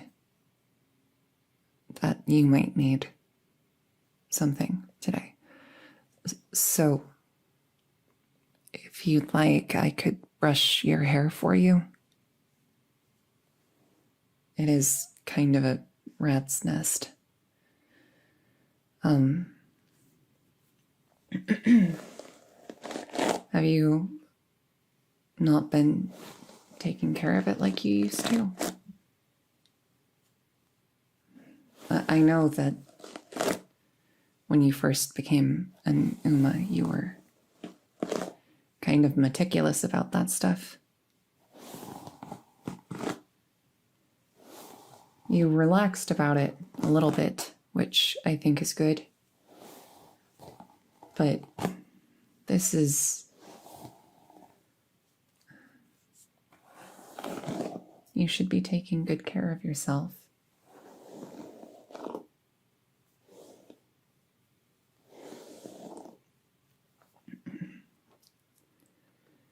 You know, the handbook says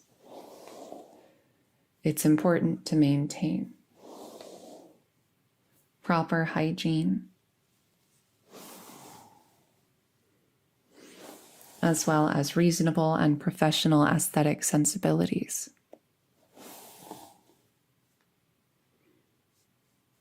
This is to make sure that your trainee is never distracted by worrying about you. But I do think that it might go in both directions, actually, because when I see you not taking care of yourself as your trainer, it makes me worry.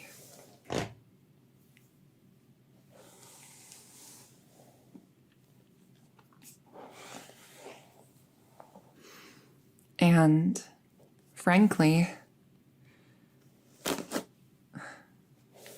Meek has been worried about you too.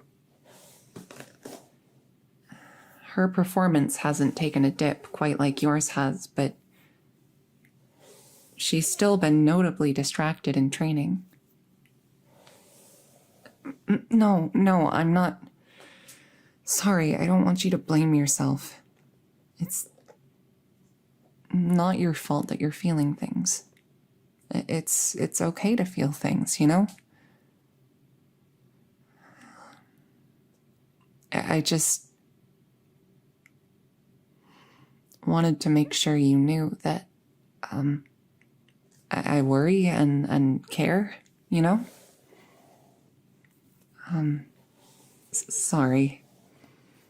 I guess I kind of phrased that wrong.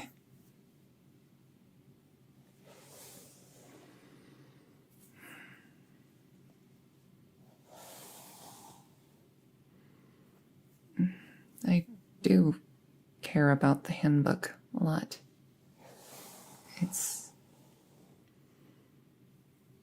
well, I mean, I've been studying it for a long time. My family produces some of the best trainers in the world. And so, you know, learning from the past should make me a better trainer too.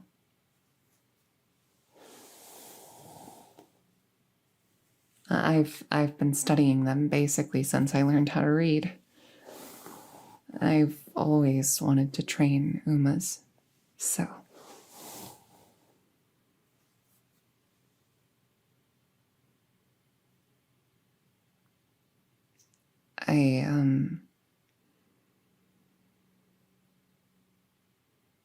Sorry,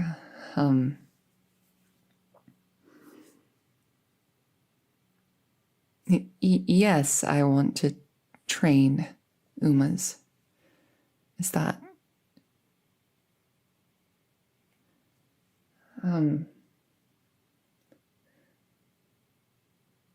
Look, we're trying to deal with your emotional stuff right now, not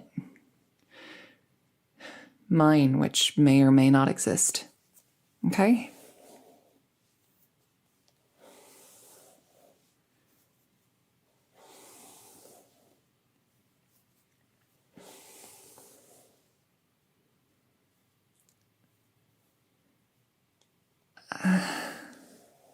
I'm avoiding the question because it's not the priority right now. I don't need to answer the question of do you want to be an Uma, because it's irrelevant, first off. And second, because we're talking about you right now. And third, because I'm very satisfied as your trainer I mean,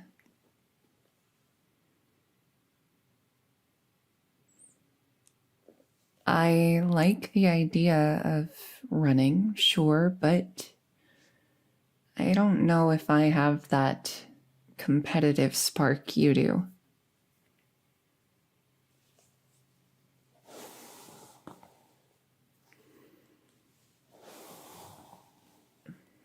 Let's just get back to the hair care, shall we?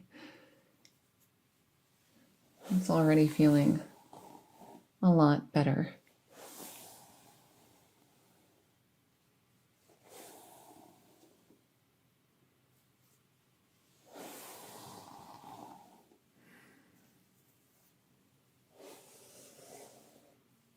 Okay, look, you're really fixating on this.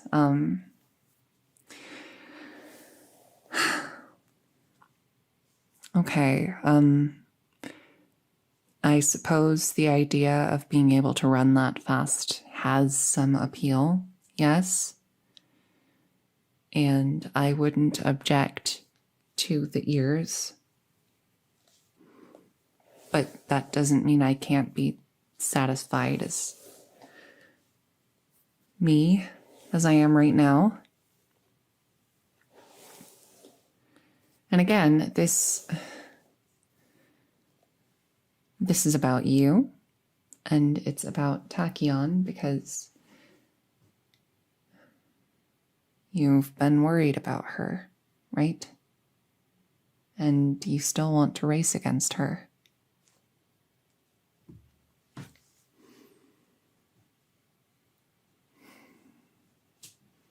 Well, yeah, I'm not great at emotional stuff, but it was pretty obvious.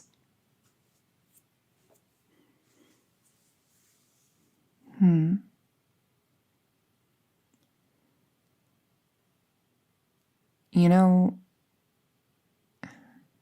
Tachyon's been locked up in her lab a lot lately. You haven't seen her there? Well, I mean, it's where she always is these days. But I guess maybe she's scared to talk to you.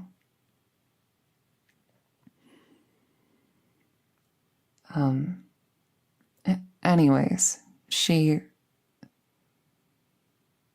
ended up producing and then giving me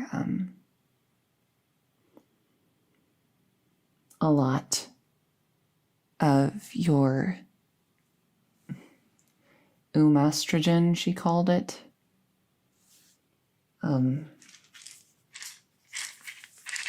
Like bottles and bottles and bottles of this stuff. Like so many of them. And I think it's probably because she wanted it to be as long as possible before I'd have any excuse to talk to her again.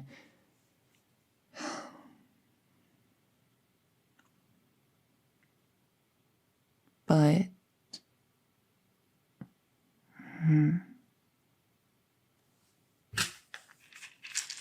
you know, this is all yours, right?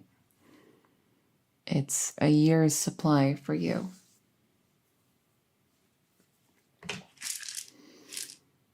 She said it should stabilize at some point. Eventually, your body should stop needing the pills. But until then, it's better to be safe than sorry, right? And you should keep taking them.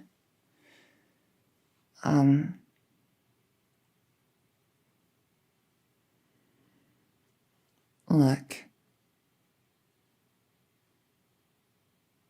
Do you want to talk to her? Do you think that would help? Both of you, maybe?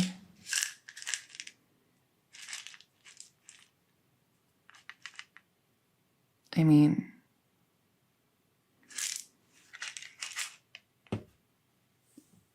think it might help, right? Maybe. I will say that the derby happened recently, and that was when I went to pick up your meds not long after.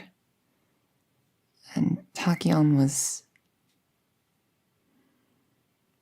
acting a little different. I think it might really be a good idea if you tried to talk to her now. And to make sure she doesn't try to avoid you. I mean... And this is all for you, okay? Because you're my trainee, and because I want to help you as much as I can, and for exactly no other reason. I could reach out to Tachyon about, you know, I mean, I could do that, and then we could guarantee she'd be in a given location, and then you could show up there not long after I arrive. I think it should work. And I mean, I haven't really, because she went on her hiatus not long after I started training her. I was definitely never the guinea pig to her that you are. But I've learned a couple things about her. Like how appealing the idea of a study researching the correlation between the trainer profession and wanting to be an Uma. I think she'd be interested in studying that if I pitched it to her. So it should work, is what I'm trying to say. I'll try and set something up so that you can talk to her within a week or two. Okay?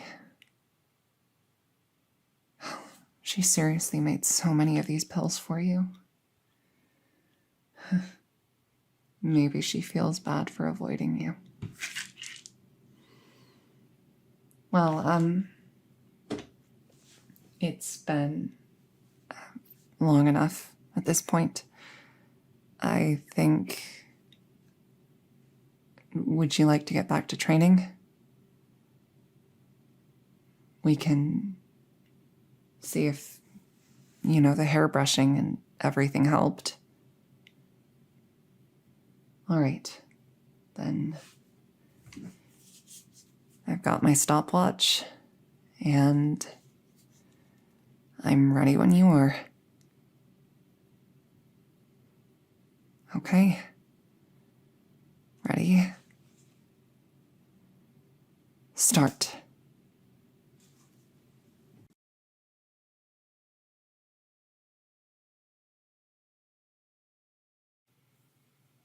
Well, well, well. If it isn't Miss Ali Kiryuin. Give me just a moment. I have some footage to finish analyzing. You understand, surely. It's important to get a full understanding of any potential opponent's abilities. Except those footsteps aren't always, are they?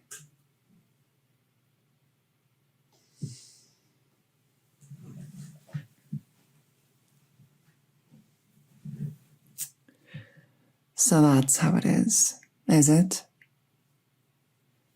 Conspiring, the two of you. Using my own curiosity against me.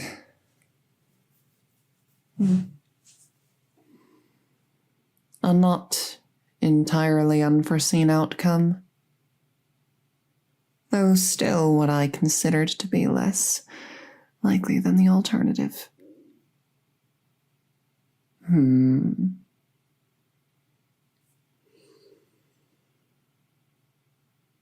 I take it this means you still think you need me, don't you?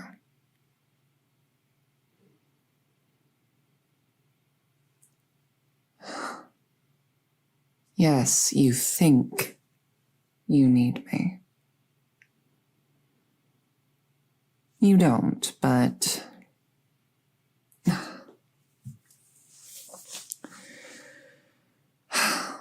we can address that later. For now, well, it's been some time since I've taken any measurements from you, since I've collected your biometric data, so shall we? Trainer?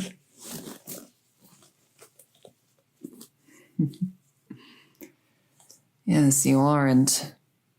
You haven't been for some time. Would you prefer I call you guinea pig? Or perhaps good girl?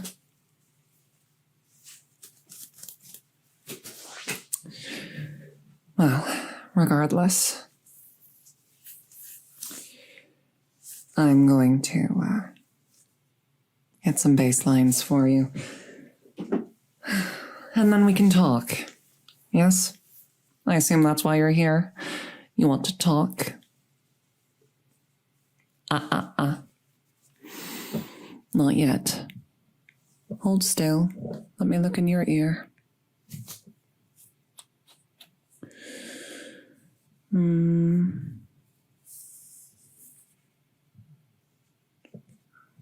You know what's really strange?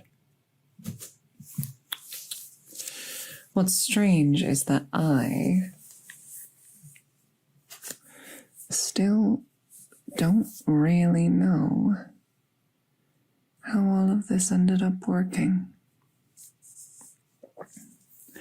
I achieved success far faster than I anticipated. In under a year prior to the classics, I managed to do this to you.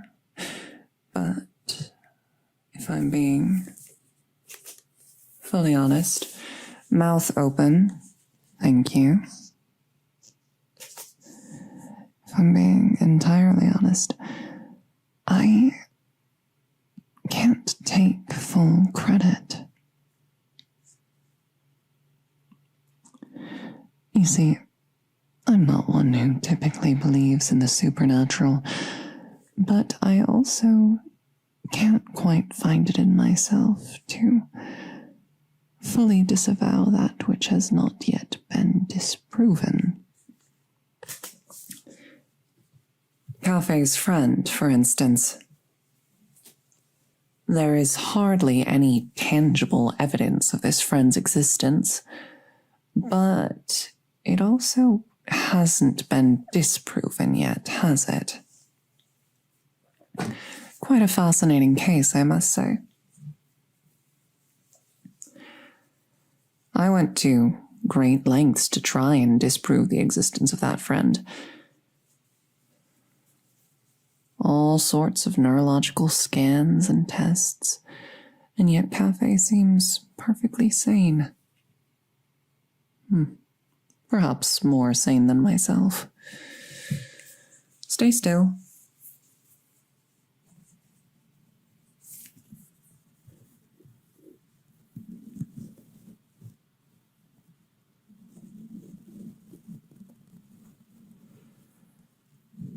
I'm not one to believe in the supernatural, as I said, but the strangest thing happened as I was searching for a solution to your rather unique problem. Standing in front of the three goddesses statue, I was suddenly struck by a flash of inspiration. An idea, a formula, appeared in my mind.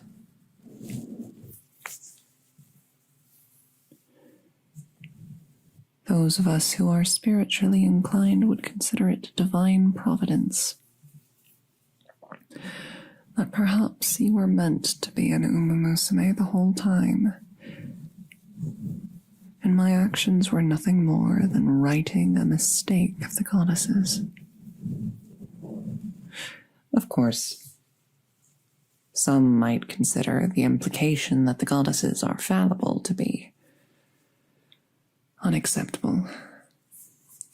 Remain still once again.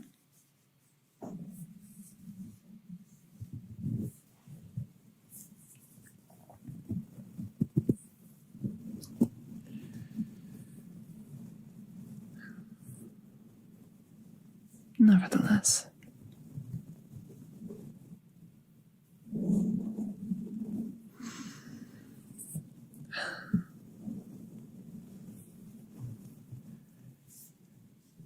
the results still fascinate me. It should be impossible, and yet through medication alone, your ears have assumed this shape. A tail sprouted from nothing, and you suddenly became possessed of the ability to run like we do. Honestly, at this point, you could probably stop taking the medication.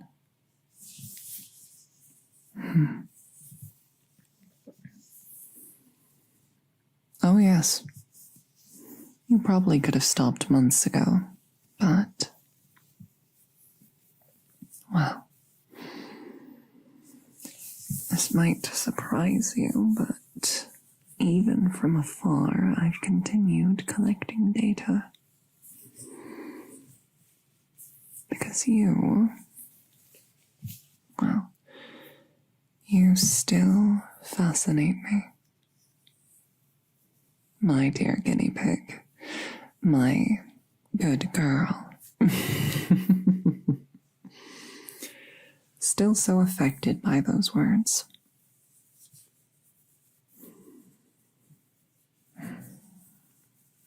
Why have I been avoiding you? Well, isn't that the question? I wish I had a satisfactory answer. But unfortunately, all I have is the truth.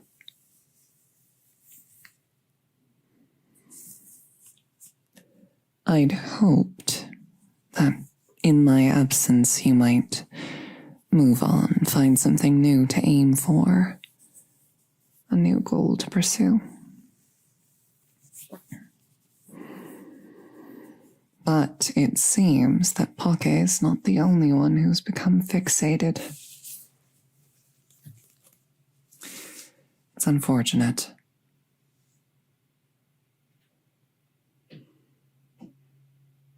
Here's the truth.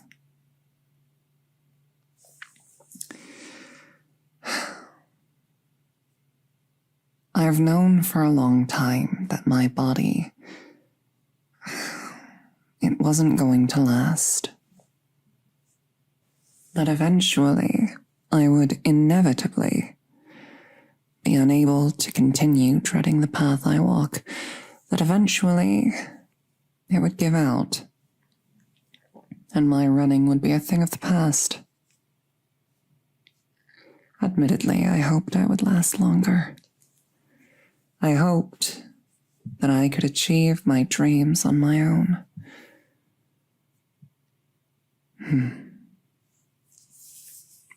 And then the Satsuki show happened. And I won, because of course I did. But by the end, there was a horrible, searing pain in my foot. One that wouldn't go away. That hasn't gone away. keep still.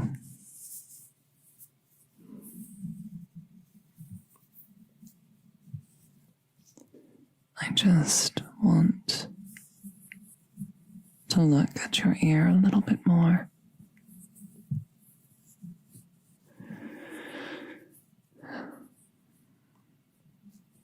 There's nothing particularly remarkable about it, but that is exactly what makes it remarkable. I'm searching for something, anything that could differentiate it from an ordinary Uma, and there's nothing there.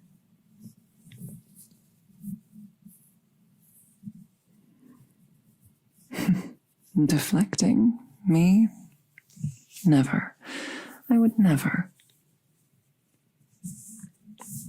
Your ears are just fascinating, that's all. We can resume our previous conversation if you like.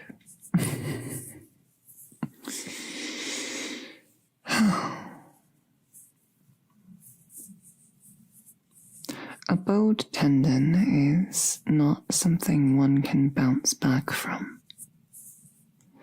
It's the sort of injury that has ended the career of many racers. And, well, for a long time I believed it would be the end of mine. Even prior to it occurring, I thought one day that would be it.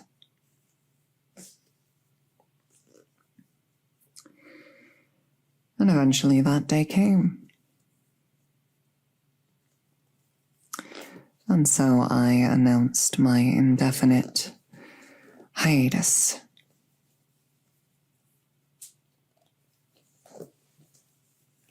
I was hoping that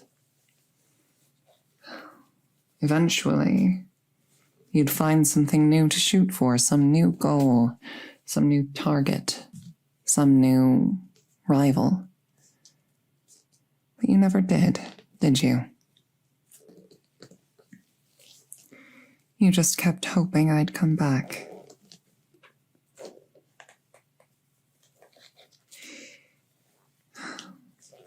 I hid from you because I didn't want to give you false hope. Because the truth is,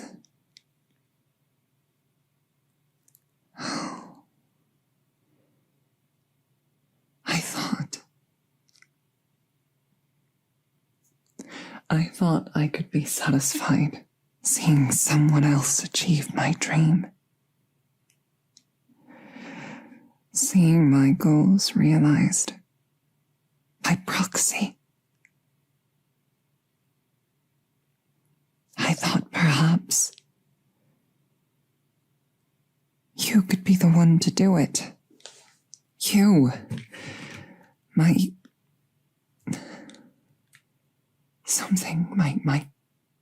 creation, a product of my own efforts and intelligence. If you could achieve what I could not, surely I would be happy and satisfied. But then you weren't, were you? You never were a product of my own intelligence, but of, evidently, divine will. In my shoes, anyone could have done it, could have made you what you are.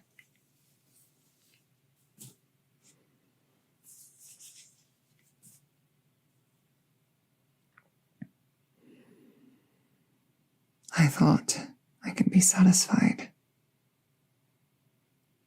But then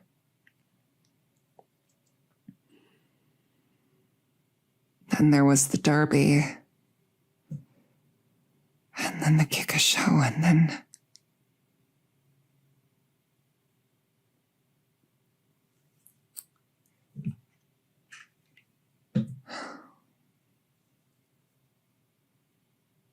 Tiamopro, the overlord of Century's End, toppled by Jungle Pocket.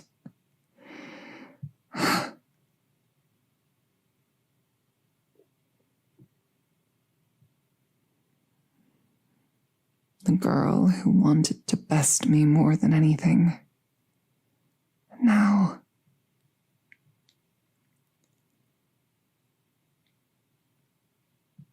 she hardly noticed me, hardly cared. I was a bump in the road.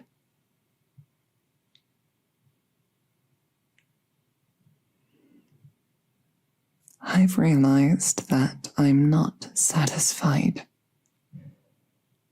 That watching from the sidelines will not satisfy me. That being an observer will not satisfy me. Like any umamusume, like you, I was born to run, wasn't I?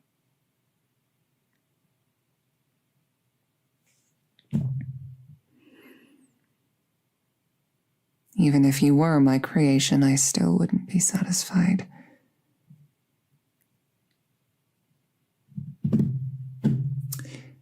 Thankfully, I am not out of ideas. Even prior to resolving myself to doing this, I thought, well, perhaps I could dedicate some small portion of my efforts and my energy to trying, even if the majority of my attention was on, well, the rest of you. I played around with ideas, but until my resolve was steeled, I was afraid to try. Body modification is a complex art, and I've historically only really tested my creations on others. And even then, the changes have been historically inconsequential. You, specifically, are the one exception, a drastic bodily change. I realized something, though. Even if your alterations are not truly my own, I can still learn from what knowledge the goddesses imparted. You're not just an umamusume, you are exceedingly fit and capable. So, I have since created my own version of the exact same medication you took. One that obviously won't alter my form quite so severely. I'm already an umamusume. But it might correct what's gone wrong. At least for a while. I might be strong enough to run again. I was hiding because I was afraid, because I thought I couldn't, that I'd never manage it, and you'd be better off moving on. I've changed my mind. With these pills, I'm going to heal. I'm going to return to the track, and I am going to be stronger and faster than I ever was before. And you,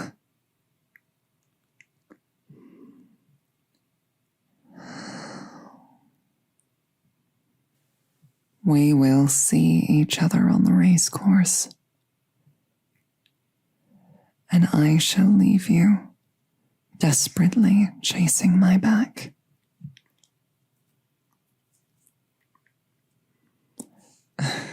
I will find the limits of what the umamusume body is capable of, and I will surpass them. I challenge you, my dear guinea pig, my former trainer, my good girl. I challenge you. Try to surpass that limit first. After all, data seems to suggest that all umamusume perform at a much higher level when they have a rival they wish to beat. I'm sorry I've been absent all this time. It won't happen again. Your rival will return to the track soon. Of that you can be certain.